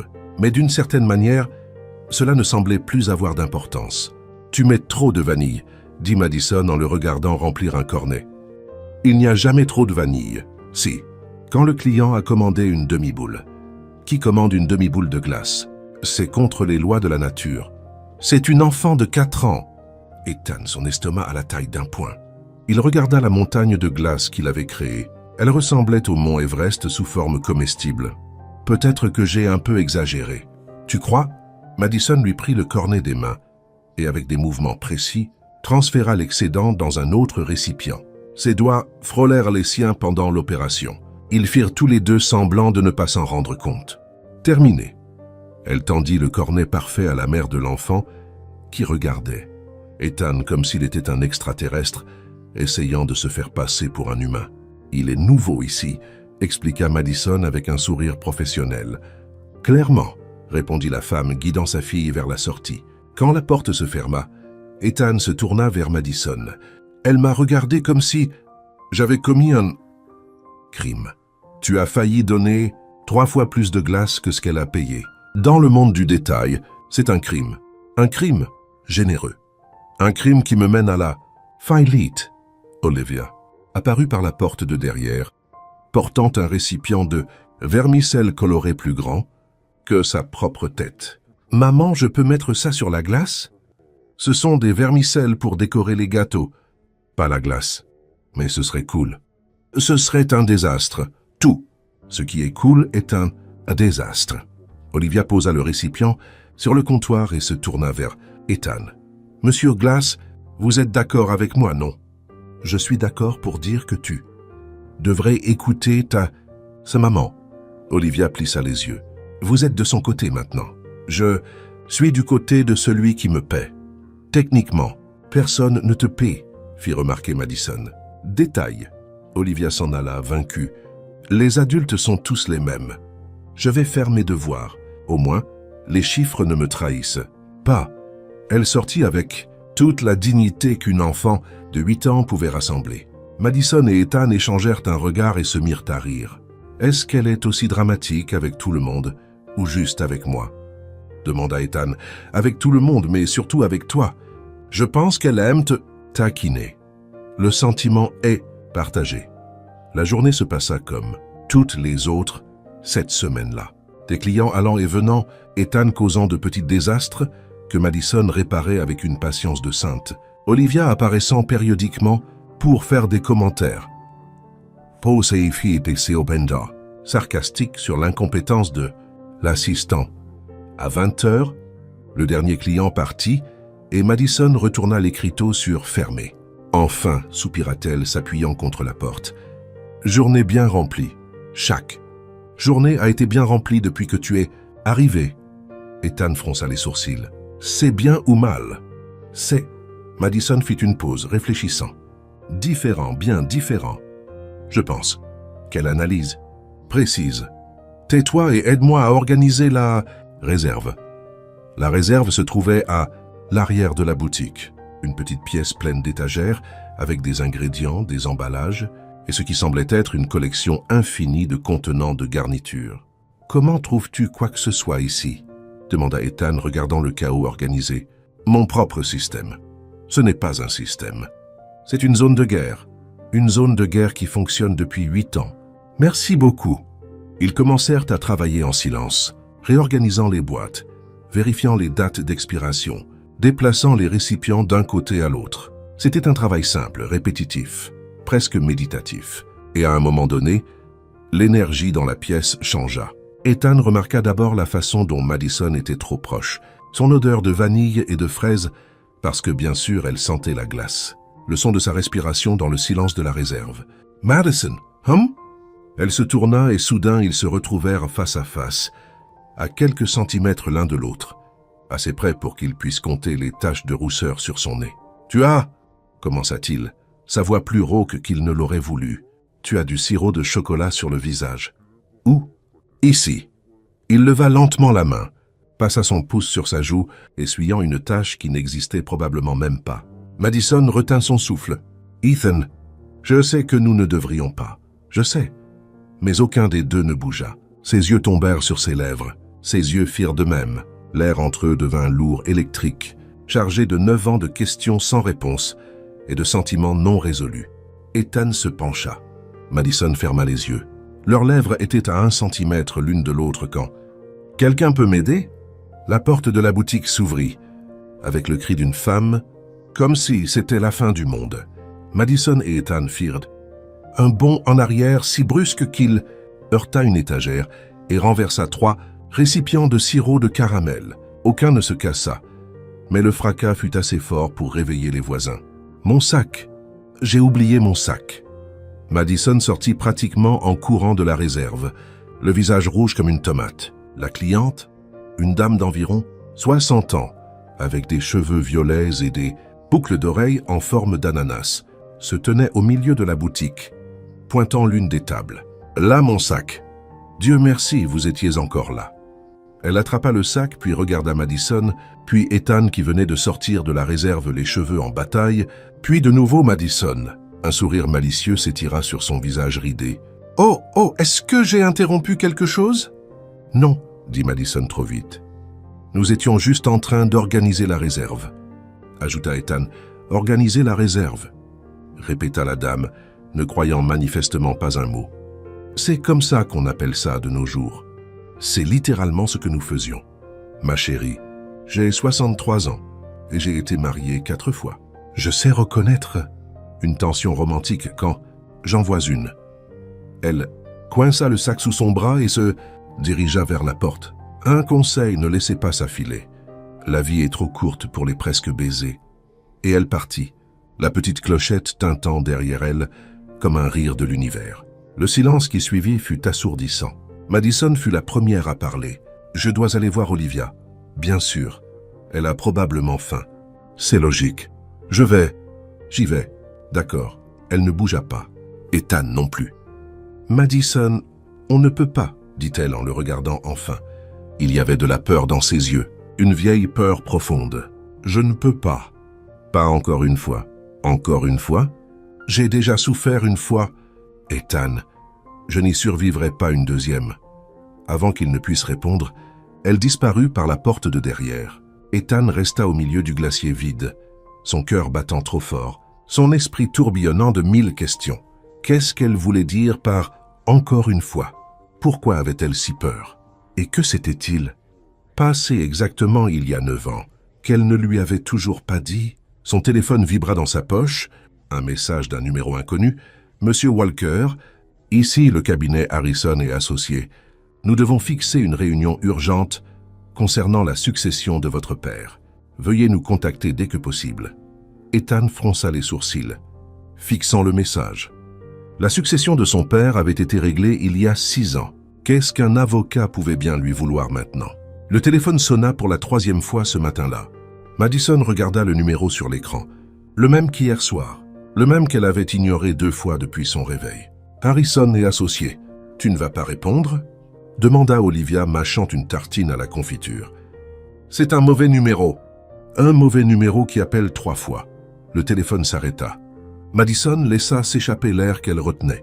5 secondes plus tard, il sonna de nouveau. « Maman, ce n'est pas un mauvais numéro. C'est du harcèlement. » Madison ferma les yeux, prit une grande inspiration et répondit « Mademoiselle Cole, ici le cabinet Harrison et Associés. Nous avons essayé de vous contacter hier soir et j'ai vu que vous n'aviez pas rappelé. J'étais occupé. Mademoiselle Cole, je comprends que cela puisse paraître étrange, mais il est extrêmement urgent que vous veniez à notre cabinet aujourd'hui. Nous avons des documents concernant la succession de Robert Walker qui doivent être traités en personne. Madison sentit son estomac se nouer. C'était la deuxième fois qu'elle entendait ce nom en moins de 12 heures. Pourquoi moi? Sa voix sortit plus faible qu'elle ne l'aurait voulu. Monsieur Walker est décédé il y a 6 ans. Je n'ai rien à voir avec sa famille. Il y eut une pause à l'autre bout du fil. Mademoiselle Cole, je ne peux pas donner de détails par téléphone, mais je peux vous assurer que vous êtes directement concerné par les documents en question. La réunion est prévue pour aujourd'hui à 10h. Il est dans votre intérêt d'y assister. Madison regarda l'horloge au mur. 8h30. Aujourd'hui, c'est dans 1h30. Oui, mademoiselle. Comme je l'ai dit, c'est urgent. J'ai un glacier à faire tourner. Je ne peux pas juste, mademoiselle. Cole, la voix de l'avocat devint plus sérieuse. Monsieur Walker a laissé des instructions spécifiques, des documents scellés avec une date limite pour l'ouverture. Cette date a expiré cette semaine. Si vous ne venez pas, nous serons obligés de prendre des mesures légales pour nous assurer que les termes du testament soient respectés. Des mesures légales. Madison sentit ses jambes s'affaiblir. Elle s'appuya sur le comptoir de la cuisine. D'accord. Elle entendit sa propre voix dire « Je serai là ». À l'autre bout de la ville, Eleanor Walker mettait sa 3e cuillère de sucre dans son thé, quelque chose qu'elle ne faisait jamais. « Maman, ça va ?» Ethan se tenait à la porte de la cuisine, l'observant avec inquiétude. « Oui, mon chéri. » Juste un peu distraite. « Tu as mis assez de sucre pour sucrer. » À l'océan. Eleanor regarda la tasse. En effet, le thé s'était transformé en une sorte de sirop. « J'ai aussi reçu l'appel, dit-elle doucement. Ethan entra dans la cuisine et s'assit en face de sa mère. « Est-ce que tu sais de quoi il s'agit ?»« Je n'en ai aucune idée. » Eleanor secoua la tête. « Ton père avait beaucoup de secrets. » Ethan. « Des affaires que je n'ai jamais comprises. Des comptes qui apparaissaient de nulle part. Mais ça, elle regarda son fils. Des documents programmés pour être ouverts 6 ans plus tard. C'est étrange. Même pour lui, l'avocat a mentionné une autre partie intéressée. À moi aussi. Il n'a pas voulu dire qui. Qui cela pourrait-il être? Eleanor resta silencieuse un instant. Je ne sais pas, mon chéri, mais j'ai le sentiment que nous n'allons pas aimer la réponse. Madison courut à travers l'appartement, comme un ouragan, essayant de se préparer et d'organiser Olivia en même temps. « Maman, où tu vas? Une réunion? Quelle réunion? Une réunion d'adultes ennuyeuses? C'est avec l'avocat qui n'arrêtait pas d'appeler. » Madison s'arrêta au milieu de la pose de sa boucle d'oreille. « Comment sais-tu que c'était un avocat? Tu as dit Monsieur Walker au téléphone? Et après tu avais l'air d'avoir vu un fantôme. » Olivia croisa les bras. « Je fais attention, maman. Tu fais trop attention. C'est bien ou mal? Ça dépend des jours. » Madison finit de se préparer et s'agenouilla devant sa fille. « Écoute, je dois aller régler quelque chose. Madame Patterson va rester avec toi quelques heures. » « D'accord. Madame Patterson sent la naphtaline. Olivia, quoi? C'est vrai. Et elle veut toujours me faire tricoter. » « Tricoter, maman. Qui tricote de nos jours? Les gens qui aiment les écharpes. Personne n'aime les écharpes faites main. Ça gratte. » Madison tint le visage de sa fille entre ses mains. « Je reviens vite, d'accord? Je te le promets. » Les yeux d'Olivia devinrent sérieux. « Maman, tu agis vraiment bizarrement. Est-ce que c'est une mauvaise nouvelle? » « Je ne sais pas, ma puce. Est-ce qu'on a gagné à la loterie? » Malgré tout, Madison rit. « Non, on n'a pas gagné à la loterie. » « Oh !» Olivia semblait sincèrement déçue. « Parce que je voulais vraiment un poney. Où est-ce qu'on le mettrait? Dans la salle de bain? Est-ce que les poneys utilisent les salles de bain? Les poneys ne vivent pas dans des appartements. » « Olivia, mais si c'est un tout petit poney ?» Madison embrassa le front de sa fille et se leva. « On parlera des poneys quand je reviendrai. C'est un peut-être ou un non. C'est un maman a besoin de partir. » Maintenant, avant d'avoir une crise cardiaque, le cabinet Harrison et Associés se trouvait au 15e étage d'un immeuble de verre, au centre-ville de Boston. Madison franchit la porte-tambour, ayant l'impression de marcher vers sa propre exécution. L'ascenseur monta en silence. Au 10e étage, il s'arrêta. Les portes s'ouvrirent et le cœur de Madison s'arrêta avec elle. Ethan Walker se tenait là, sur le point de monter. Les deux se fixèrent. « Madison, Ethan, qu'est-ce que tu fais ici ?»« J'ai été convoqué, et toi ?» Avant qu'elle ne puisse répondre, une voix familière vint de derrière lui. « Ethan, mon chéri, tu as oublié de retenir l'ascenseur. » Eleanor apparut à côté de son fils. Ses yeux rencontrèrent ceux de Madison. La reconnaissance fut instantanée. « Madison Cole ?» demanda Eleanor, sa voix chargée de surprise. « La Madison de l'université ?» Madison sentit le sol se dérober. Ils étaient là tous les trois, convoqués par le même avocat, par le même homme qui avait détruit sa vie il y a 9 ans. « Vous vous connaissez ?» Ethan regarda de l'un à l'autre. « C'était ta petite amie à l'université, » dit doucement Eleanor. « Celle qui a disparu. » L'ascenseur émit un bip impatient. « Nous devrions monter, » murmura Madison, la voix défaillante, avant que ça ne se ferme. Ils entrèrent tous les trois dans l'ascenseur. Le silence était assourdissant. Madison regardait les chiffres monter. 11, 12, 13. Ethan regardait Madison, essayant de comprendre ce qui se passait. Eleanor les regardait tous les deux, une ride d'inquiétude se formant entre ses sourcils. L'ascenseur s'arrêta, les portes s'ouvrirent, une réceptionniste souriante les attendait. « Monsieur Walker, Madame Walker, Mademoiselle Cole, le docteur Harrison vous attend. Par ici, s'il vous plaît. » Madison fit un pas en avant. Ses jambes tremblaient. Son cœur battait la chamade. Et quelque part dans son esprit, une voix répétait « C'est le moment, c'est fini, il va tout découvrir. » La porte de la salle de réunion s'ouvrit. Un homme aux cheveux gris en costume sombre se leva derrière une table en acajou. « Veuillez vous asseoir », fit-il d'un geste vers 3 chaises positionnées côte à côte. « Ce que je vais révéler au jour. Oui, va changer toutes vos vies. » Madison s'assit sur la chaise, ses mains glacées, son cœur au bord des lèvres. À côté d'elle, Ethan. De l'autre côté, Eleanor. Sur la table, une enveloppe scellée d'un seau de cire rouge. Et dans les mains de l'avocat, la lettre que Robert Walker avait écrite il y a 6 ans, la lettre qui contenait tous les secrets, tous les péchés, toute la vérité. L'enveloppe rouge semblait pulser sur la table en acajou comme si elle avait une vie propre. Madison ne pouvait en détacher ses yeux. À côté d'elle, elle sentait la présence d'Ethan si proche et pourtant si lointaine en même temps. De l'autre côté, Eleanor serrait ses mains sur ses genoux, ses doigts blancs à cause de la pression. L'avocat, le docteur Harrison, s'éclaircit la gorge. Avant de commencer, est-ce que quelqu'un voudrait un verre d'eau? Tous les trois hochèrent la tête en même temps. Un assistant entra avec un plateau et 3 verres. Madison prit le sien. Ses mains tremblaient tellement que l'eau oscillait comme s'il y avait un séisme privé à l'intérieur d'elle. Ethan prit son verre. Même situation, un petit tsunami personnel. Eleanor essaya de prendre une gorgée et faillit tout renverser sur son chemisier en soie. L'avocat regardait. Les 3 essayaient de boire de l'eau, comme s'il s'agissait d'une épreuve olympique de coordination motrice. Peut-être des pailles la prochaine fois, murmura-t-il à l'assistant, qui acquiesça et partit rapidement. Dr. Harrison, dit Ethan, sa voix tendue.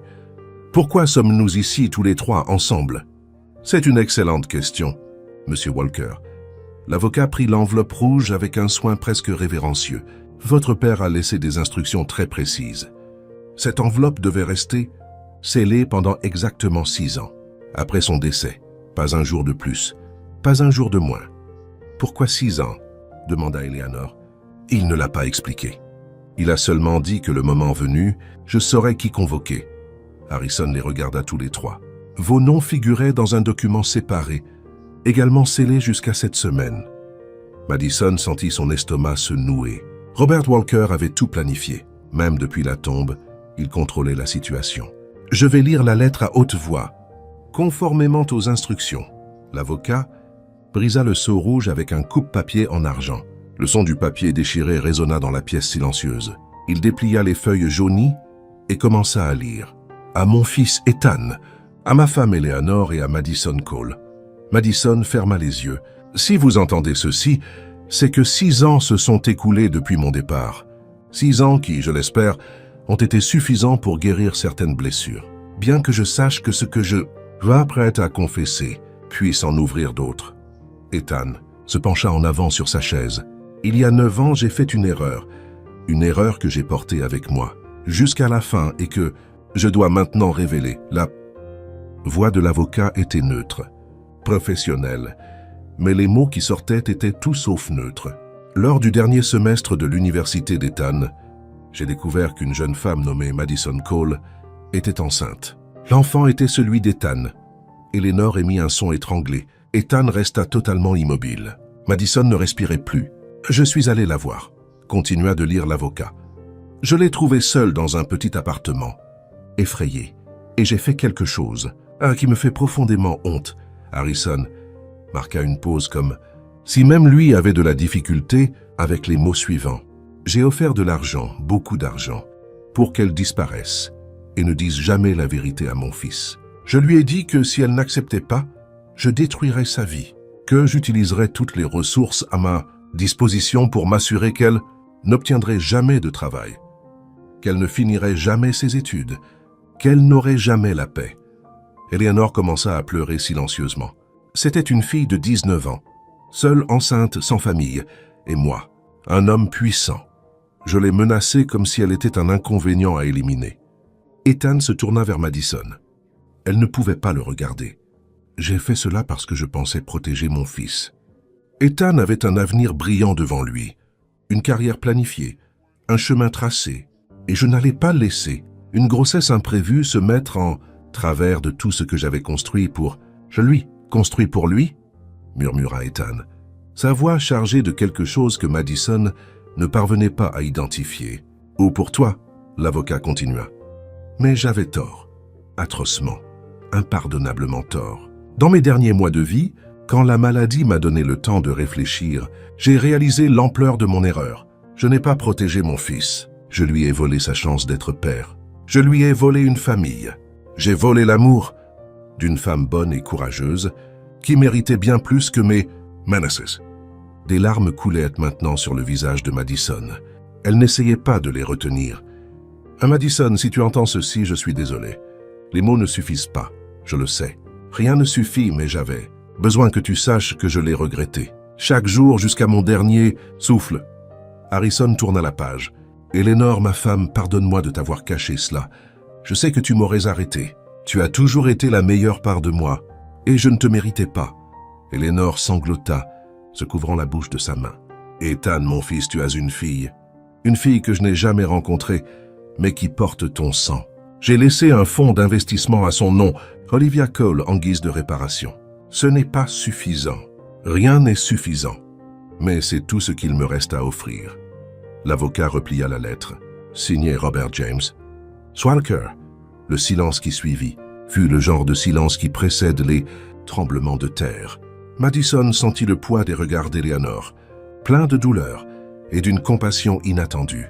De l'avocat, professionnel mais manifestement mal à l'aise, et d'Ethan, elle rassembla enfin le courage de le regarder. Son visage était pâle, ses yeux rouges, ses mains agrippaient les bras de la chaise, si fort que ses articulations étaient blanches.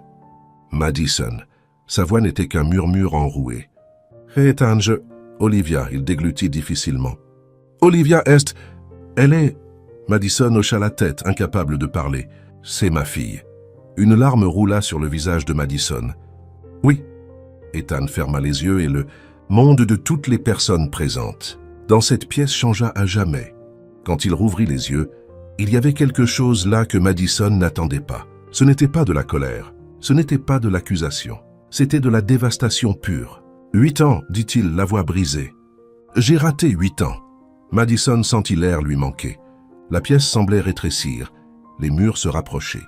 Le regard d'Ethan, ce regard de dévastation pure, était de trop. « Je suis désolée, » chuchota-t-elle, la voix défaillante. « Ethan, je suis désolée, Elle ne put finir. Avant que quiconque ne puisse dire quoi que ce soit d'autre, Madison se leva et quitta la pièce. La porte se ferma derrière elle avec un léger clic. Ethan fit un mouvement pour la suivre. La main d'Eleanor retint son bras. « Laisse-lui un peu de temps, » dit la femme, ses propres larmes coulant toujours. « Elle a besoin de digérer, et toi aussi. Mais j'ai besoin de réponses. Tu viens de recevoir toutes les réponses. Mon chéri. » Eleanor serra la main de son fils. La question maintenant est, qu'est-ce que tu vas faire avec elle? Ethan regarda la porte fermée.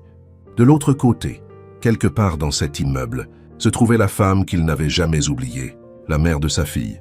La femme qui avait porté ce secret seule pendant 8 ans. Pas par choix, mais par peur. Peur de son père. Et maintenant probablement peur de lui aussi. 2 jours 48 heures, 2880 minutes. Madison savait exactement combien de temps s'était écoulé depuis qu'elle s'était enfuie de ce cabinet d'avocat, car elle avait compté chaque seconde. Chaque seconde à attendre un appel téléphonique qui ne venait pas, un message qui n'arrivait pas, une sonnette qui ne retentissait pas. « Maman, est-ce que Monsieur Glass vient aujourd'hui ?» C'était la 15e fois qu'Olivia posait cette question. Madison comptait cela aussi. « Je ne sais pas, ma puce. Tu as dit ça hier et c'est toujours vrai. Mais pourquoi il ne vient plus ?» Olivia était assise sur le tabouret derrière le comptoir, balançant ses jambes. « Est-ce qu'il s'est battu avec toi? Vous ne vous parlez pas? C'est à cause du presque baiser ?» Madison faillit faire tomber le récipient de vermicelle. « Comment sais-tu pour le presque baiser? J'ai des oreilles, maman, et vous êtes tous les deux très évidents. » Olivia leva les yeux au ciel avec toute la sagesse de ses 8 ans. En plus, la dame aux cheveux violettes l'a raconté à tout le monde au parc. « Merveilleux, dit-elle, vous ressemblez à 2 adolescents idiots. » C'est quoi un adolescent idiot? C'est ce que tu seras dans 5 ans. Burke, je ne veux pas être idiote. Madison soupira, essayant de se concentrer sur l'organisation des parfums du jour. Fraises, chocolat, vanille. Tout semblait fade. Tout semblait gris. La petite clochette sur la porte tinta. « Bonjour, je voudrais une glace avec... » Ce n'était qu'une cliente. Une femme blonde avec 2 enfants accrochés à elle. Madison servit en pilote automatique. Son cœur qui s'était emballé reprenant son rythme normal. Ou ce qui passait pour normal ces 2 derniers jours. Le matin du 3e jour, Madison se réveilla avec des cernes qui rivalisaient avec ceux d'un raton laveur. Elle se regarda dans le miroir de la salle de bain et fit une grimace. « Tu as l'air horrible », dit-elle à son propre reflet. Le reflet acquiesça silencieusement. Elle descendit pour ouvrir le glacier à 9 heures sans comme toujours. Olivia était déjà à la table de la cuisine, mangeant des céréales et lisant un livre sur les dinosaures. « Est-ce que Monsieur Glass vient aujourd'hui ?» 16e fois. « Olivia !»« D'accord, d'accord. Tu ne sais pas. » La petite fille s'enfourna une cuillerée de céréales dans la bouche. « Mais s'il vient, tu me préviens, d'accord? Je veux lui montrer que j'ai appris un nouveau mot, paléontologue. Quelqu'un qui étudie les os de dinosaures. Cool, non? Très cool, ma puce. » Madison alla à l'avant de la boutique, retourna l'écriteau sur ouvert et commença sa routine. Allumer les machines, vérifier l'inventaire, nettoyer le comptoir qui était déjà propre. À 9h15, la petite clochette tinta. Elle ne regarda pas, elle ne voulait pas avoir le cœur brisé de nouveau. « Bonjour! Que désirez-vous » demanda-t-elle le dos tourné, faisant semblant de ranger les contenants de garniture. « Une conversation, si vous avez le temps. » Madison se figea. Cette voix, elle se tourna lentement. Ethan se tenait à la porte, des cernes profonds, mal rasés, les cheveux en bataille. Le costume avait été remplacé par un jean et une chemise froissée. On aurait dit qu'il avait dormi dans un mixeur. Mais ses yeux avaient quelque chose de différent. Un calme, une décision. « Ethan. »« Salut. »« Madison. » Le silence s'étira entre eux, lourd, chargé. « Tu es venu pour... » commença-t-elle, sa voix défaillante. « Tu es venu pour dire adieu. » Non. Il fit un pas à l'intérieur de la boutique. « Je suis venu pour rester. Si tu me le permets. » Madison sentit ses jambes s'affaiblir. « Est-ce qu'Olivia est là? » « Oui, dans la cuisine. Je veux te parler d'abord. Juste nous deux. »« C'est d'accord. » Madison hocha la tête et alla à la porte de derrière. « Olivia, reste là un petit moment, d'accord? Maman doit régler quelque chose. »« Est-ce que Monsieur Glass est arrivé ?» La voix d'Olivia vint, excitée. « Comment sais-tu? » « J'ai entendu sa voix. J'ai des oreilles de chauve-souris. Tu te souviens? Reste là. D'accord. Mais laisse la porte un tout petit peu ouverte pour la ventilation. Olivia, je la ferme. Je la ferme. » Madison revint dans la pièce principale. Ethan se tenait au même endroit, ses mains dans ses poches. « J'ai passé 2 jours à réfléchir à ce que j'allais dire, » commença-t-il. J'ai répété environ 15 discours différents. Aucun ne semblait juste. « Ethan, je suis désolé. J'aurais dû te dire. J'aurais dû. Arrête. Il leva la main. Laisse-moi finir, s'il te plaît. Madison ferma la bouche. J'ai passé 2 jours en colère. Très en colère. Il passa la main dans ses cheveux ébouriffés. Mais pas contre toi. Contre moi-même, contre mon père, contre l'univers entier qui a laissé cela arriver. Tu as tout à fait le droit d'être en colère contre moi aussi. Je pensais que oui, mais ensuite ma mère m'a posé une question. Il la regarda directement, dans les yeux. Elle a demandé si c'était toi à 19 ans, seule enceinte, et qu'un homme puissant te menaçait de détruire ta vie. Qu'aurais-tu fait? Elle s'est tue et elle a ajouté « Cette fille n'a même pas pu finir ses études. » Ethan, elle a tout abandonné avec un semestre restant. Elle a renoncé à son avenir pour protéger sa fille. Pendant que tu construisais ta carrière, elle se battait pour survivre seule. Madison sentit les larmes commencer à monter. « Je ne sais pas ce que j'aurais fait, » continua Ethan. « Mais je sais que je n'ai pas le droit de juger les choix que tu as faits quand tu étais acculé. Tu as fait ce que tu avais besoin de faire pour te protéger et protéger Olivia. Et je comprends cela. Je voulais t'appeler tellement de fois, dit Madison, sa voix se brisant. Tant de fois j'ai pris le téléphone et j'avais tellement peur. Peur que ton père mette ses menaces à exécution. Peur que tu ne me crois pas. Peur de gâcher ta vie. Tu n'aurais pas gâché ma vie, Madison. Ethan fit un autre pas vers elle. Tu l'aurais complété. Une larme coula sur le visage de Madison. J'ai raté 9 ans, dit-il, la voix rauque. 9 ans que je ne rattraperai jamais. Je n'ai pas vu Olivia naître. Je n'ai pas vu ses premiers pas. Je n'ai pas entendu ses premiers mots. Ethan, mais je peux être présent maintenant. Il lui prit les mains. Si tu me le permets. Je peux être là pour tout ce qui vient, pour elle et pour toi. Madison regarda leurs mains entrelacées, ses yeux, l'avenir qu'elle pensait avoir perdu pour toujours. J'ai perdu 9 ans, répéta Ethan en serrant ses mains. Je ne veux pas perdre un seul jour de plus. Depuis la porte de derrière, une voix chuchotée essaya d'être discrète et échoua misérablement. Il lui tient la main. Est-ce qu'il va y avoir un baiser? Est-ce qu'il va y avoir un baiser? Madison et Ethan se tournèrent en même temps. Olivia regardait par l'entrebâillement de la porte, ses yeux grands ouverts d'excitation. Olivia, quoi? Je ventilais. Tu espionnais. Je ventilais avec mes yeux. C'est différent. La petite fille ouvrit complètement la porte et croisa les bras. Alors est-ce qu'il va y avoir un baiser ou pas? Parce que je suis là depuis 5 minutes et ça prend trop de temps. Ethan laissa échapper un rire. Un vrai rire qui brisa toute la tension. Tu es exactement comme ta maman. C'est bien? C'est la meilleure chose au monde. Olivia le regarda pendant un long moment, puis regarda sa maman, puis de nouveau lui. Monsieur Glass, pourquoi vous avez disparu pendant 2 jours? J'avais besoin de réfléchir. Réfléchir à quoi? À comment j'allais vous dire quelque chose d'important à toutes les 2. Quelle chose importante? Ethan lâcha les mains de Madison et s'agenouilla devant Olivia, se mettant à sa hauteur. Olivia, je suis ton papa. Le monde s'arrêta. Olivia cligna des yeux. 1 fois, 2 fois. Genre vrai papa? Papa biologique. Le papa qui vient à la fête des pères à l'école. Comme tous ceux-là. La petite fille regarda sa maman, cherchant confirmation. Madison hocha la tête, les larmes coulant librement maintenant. Olivia regarda de nouveau Ethan. Son visage passa par environ 15 émotions différentes en 3 secondes. Et puis elle dit, « Est-ce que ça veut dire que je vais enfin avoir ce poney? 3 mois peuvent changer une vie entière. » Madison regarda la façade de Cole's Ice Cream et reconnut à peine l'endroit. Les murs avaient été repeints dans des tons de rose pâle et de blanc, avec des détails dorés. L'ancienne enseigne, écrite à la main et légèrement de travers, avait été remplacée par une nouvelle, élégante, professionnelle, mais toujours avec la même police cursive que sa mère utilisait dans son carnet de recettes. Cole's Ice Cream, la glace qui guérit les cœurs. Ethan avait insisté sur ce slogan. Madison avait pleuré en le voyant. « Maman, grand-mère Eleanor a apporté plus de ballons. » Olivia passa la porte en courant, portant un bouquet de ballons roses et dorés plus grands qu'elle. Derrière elle, Eleanor entra, tenant en équilibre un plateau, d'amuse-gueule et souriant comme si elle avait gagné à la loterie. Grand-mère Eleanor, cela semblait encore surréel. Il y a 3 mois, Olivia n'avait pas de grands-parents.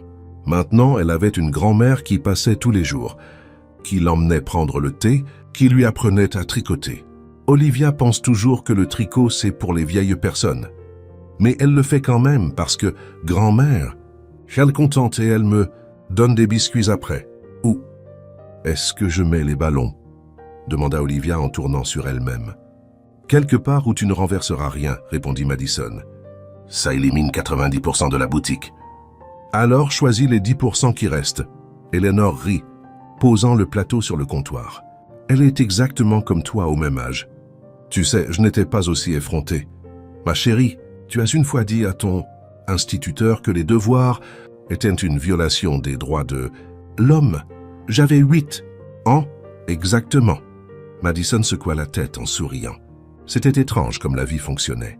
Il y a 3 mois, elle pouvait à peine regarder Eleanor sans se sentir coupable. Maintenant, la femme était pratiquement sa meilleure amie. La porte s'ouvrit et d'autres invités entrèrent. Des voisins, des clients réguliers, quelques mamans de l'école d'Olivia. La dame aux cheveux violets, dont Madison découvrit qu'elle s'appelait Gertrude, entre apportant un énorme cadeau emballé dans du papier brillant. « Madison, ma chérie, félicitations pour la rénovation. » Gertrude la serra fort dans ses bras. « Et félicitations pour le petit ami aussi. Je savais que vous alliez finir ensemble. Je l'ai dit, non? Ce jour-là dans la réserve, vous avez interrompu un moment très important. Je vous ai épargné un mal de dos. Les réserves sont inconfortables. » Gertrude fit un clin d'œil. « Croyez-moi, je sais de quoi je parle. » Madison décida de ne pas demander de précision. À 15 heures, le glacier était plein à craquer. Ethan circulait parmi les invités, parlant, souriant, ayant l'air plus détendu que Madison ne l'avait jamais vu. Ces 3 derniers mois, il s'était transformé. Le PDG rigide et contrôlé avait laissé la place à un homme qui portait des tabliers roses, qui aidait à faire de la glace les week-ends, qui laissait Olivia lui peindre les ongles en violette parce qu'elle le lui demandait avec ses yeux de chien battu. Il avait aussi repris le travail, bien sûr, mais maintenant il travaillait différemment. Moins d'heures, plus de présence. Il avait dit qu'il ne raterait plus aucun moment, et il s'y tenait. Puis-je avoir l'attention de tout le monde? La voix d'Ethan coupa les bavardages. Madison le regarda confuse. Il n'avait pas prévu de discours. D'abord, je tiens à vous remercier tous d'être ici. Ethan se tenait au centre de la boutique, un verre de limonade à la main. Cette rénovation ne serait pas possible sans votre soutien. Cette communauté, cette famille. Il regarda Eleanor, qui avait déjà les yeux larmoyants. Il y a 3 mois, j'ai découvert que j'avais une fille. Sa voix trembla légèrement.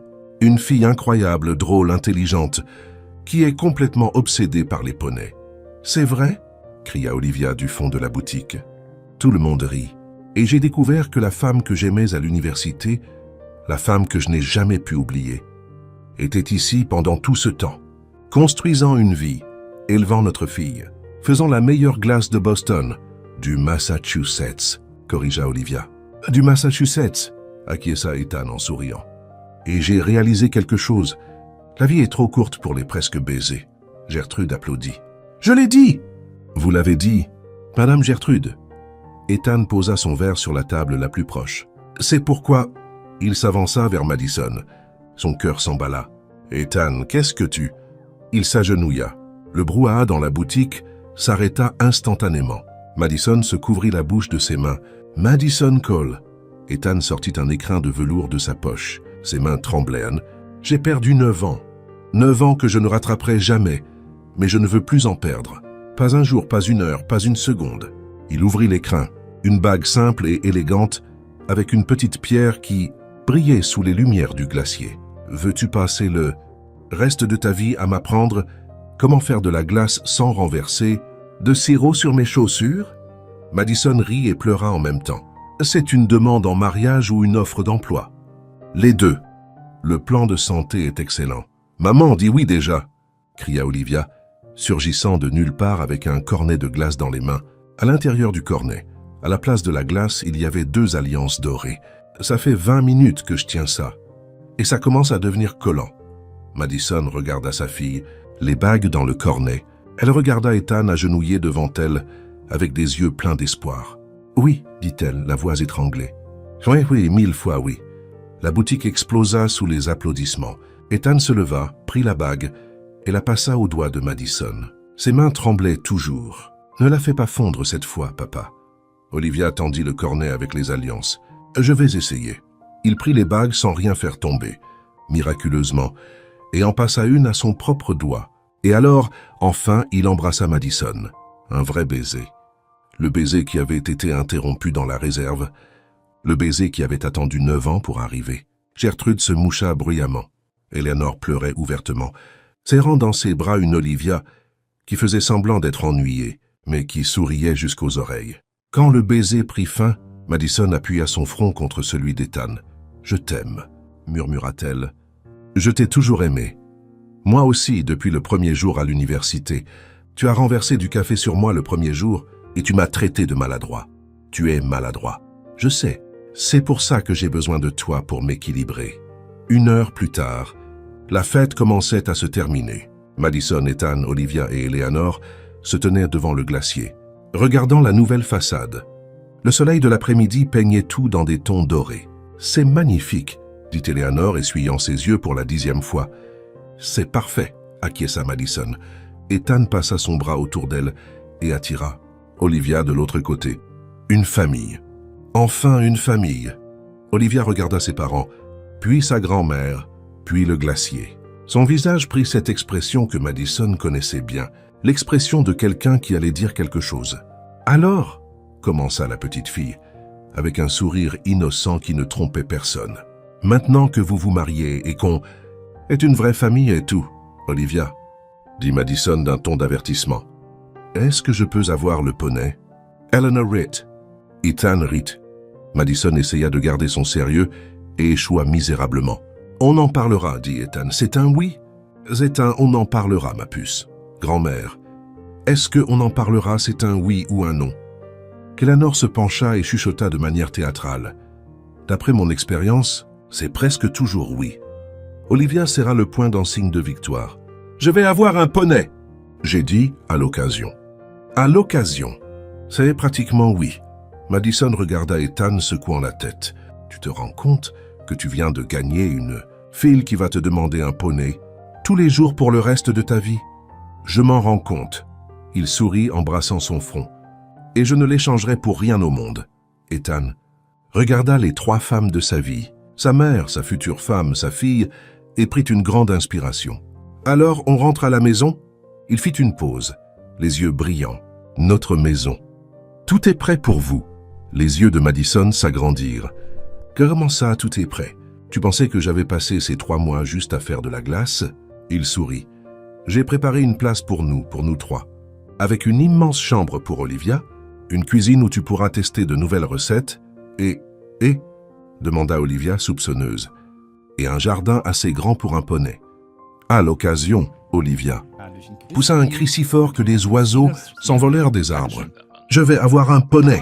J'ai dit « à l'occasion ». À l'occasion, c'est pratiquement oui. Madison rit, les larmes revenant dans ses yeux. Elle regarda Ethan, sa fille sautant de joie. Eleanor qui pleurait et riait en même temps. Une maison, une famille, un avenir, tout ce qu'elle pensait avoir perdu à jamais. « Allons à la maison », dit-elle entrelaçant ses doigts avec ceux d'Ethan. « Allons, dans notre maison. » Lust. Soleil se coucha derrière eux, baignant Cole's Ice Cream d'une lumière dorée. Et quelque part dans le ciel, peut-être que 2 personnes regardaient. La mère de Madison, qui avait rêvé de ce glacier, et Robert Walker, qui avait enfin trouvé la rédemption à travers la lettre qu'il avait laissée. Une lettre qui avait séparé des vies, et qui à la fin avait réuni une famille. Et vous? Avez-vous déjà eu un amour qui semblait perdu pour toujours, mais que le destin a ramené? Partagez votre histoire en commentaire. De 0 à 10, quelle note donnez-vous à cette histoire? N'oubliez pas de vous abonner à la chaîne et d'activer les notifications pour recevoir d'autres histoires. Ritisindi 16, décadite, émouvantes comme celle-ci. Non, komm lang mit uns.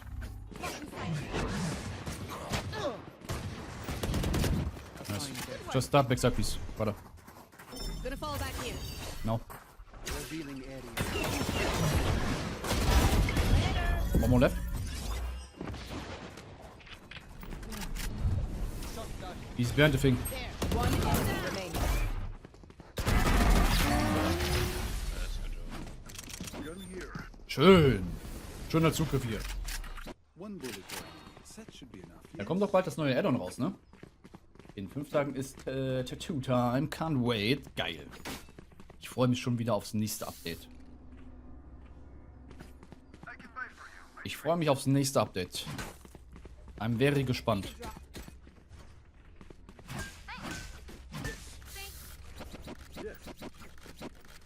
Back at it. Das Vorbestellen darf ich in 6 Tagen einen neuen Add-on questen. Stimmt, dann darf man so ein bisschen eher anfangen, ne?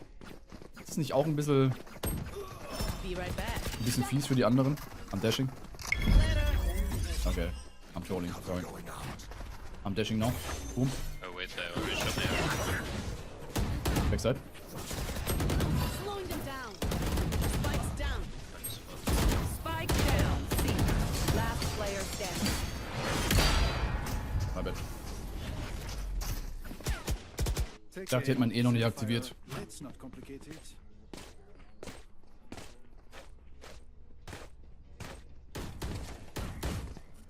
Kann mir hier jemand eine Waffe? Nein. Dann müssen wir selber ran. Ah, let's go, Bigas. Alter Schier? I just need double smoke. Yes. Show Instantly. yourself you can. Instantly the smoke. Ja, ja, let's go. Heute.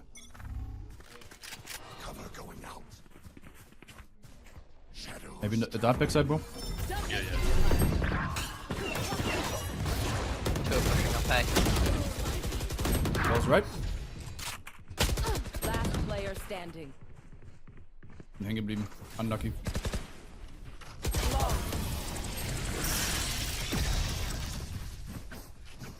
Aber meine Mates müssen auch durch die Smoke. Guys, when I dash, just go through the smoke, no? There was a fire from Phoenix Ah, okay. Let's save, let's save. to the molly. Ja, diesen Frühzugang ist natürlich, das lohnt sich natürlich, ne? Bei der Spieleranzahl, da wirst du einige haben, die früher ins Safe, Game ja. rein wollen.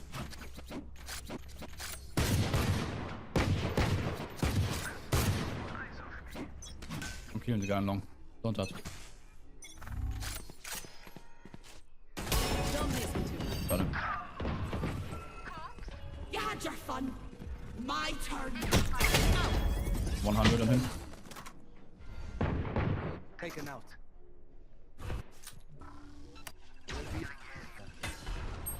There they are. Ich hab nicht gehittet. Moving. Schade. Ich muss sagen, auf eine Runde Phoenix hätte ich auch mal wieder massiv Bock. Ich glaube, ich werde nächste Runde mal Phoenix spielen. Chamber Phoenix Window. Naja, du kannst halt früher in den Grind rein, oder? Hast deine Items früher? I don't know.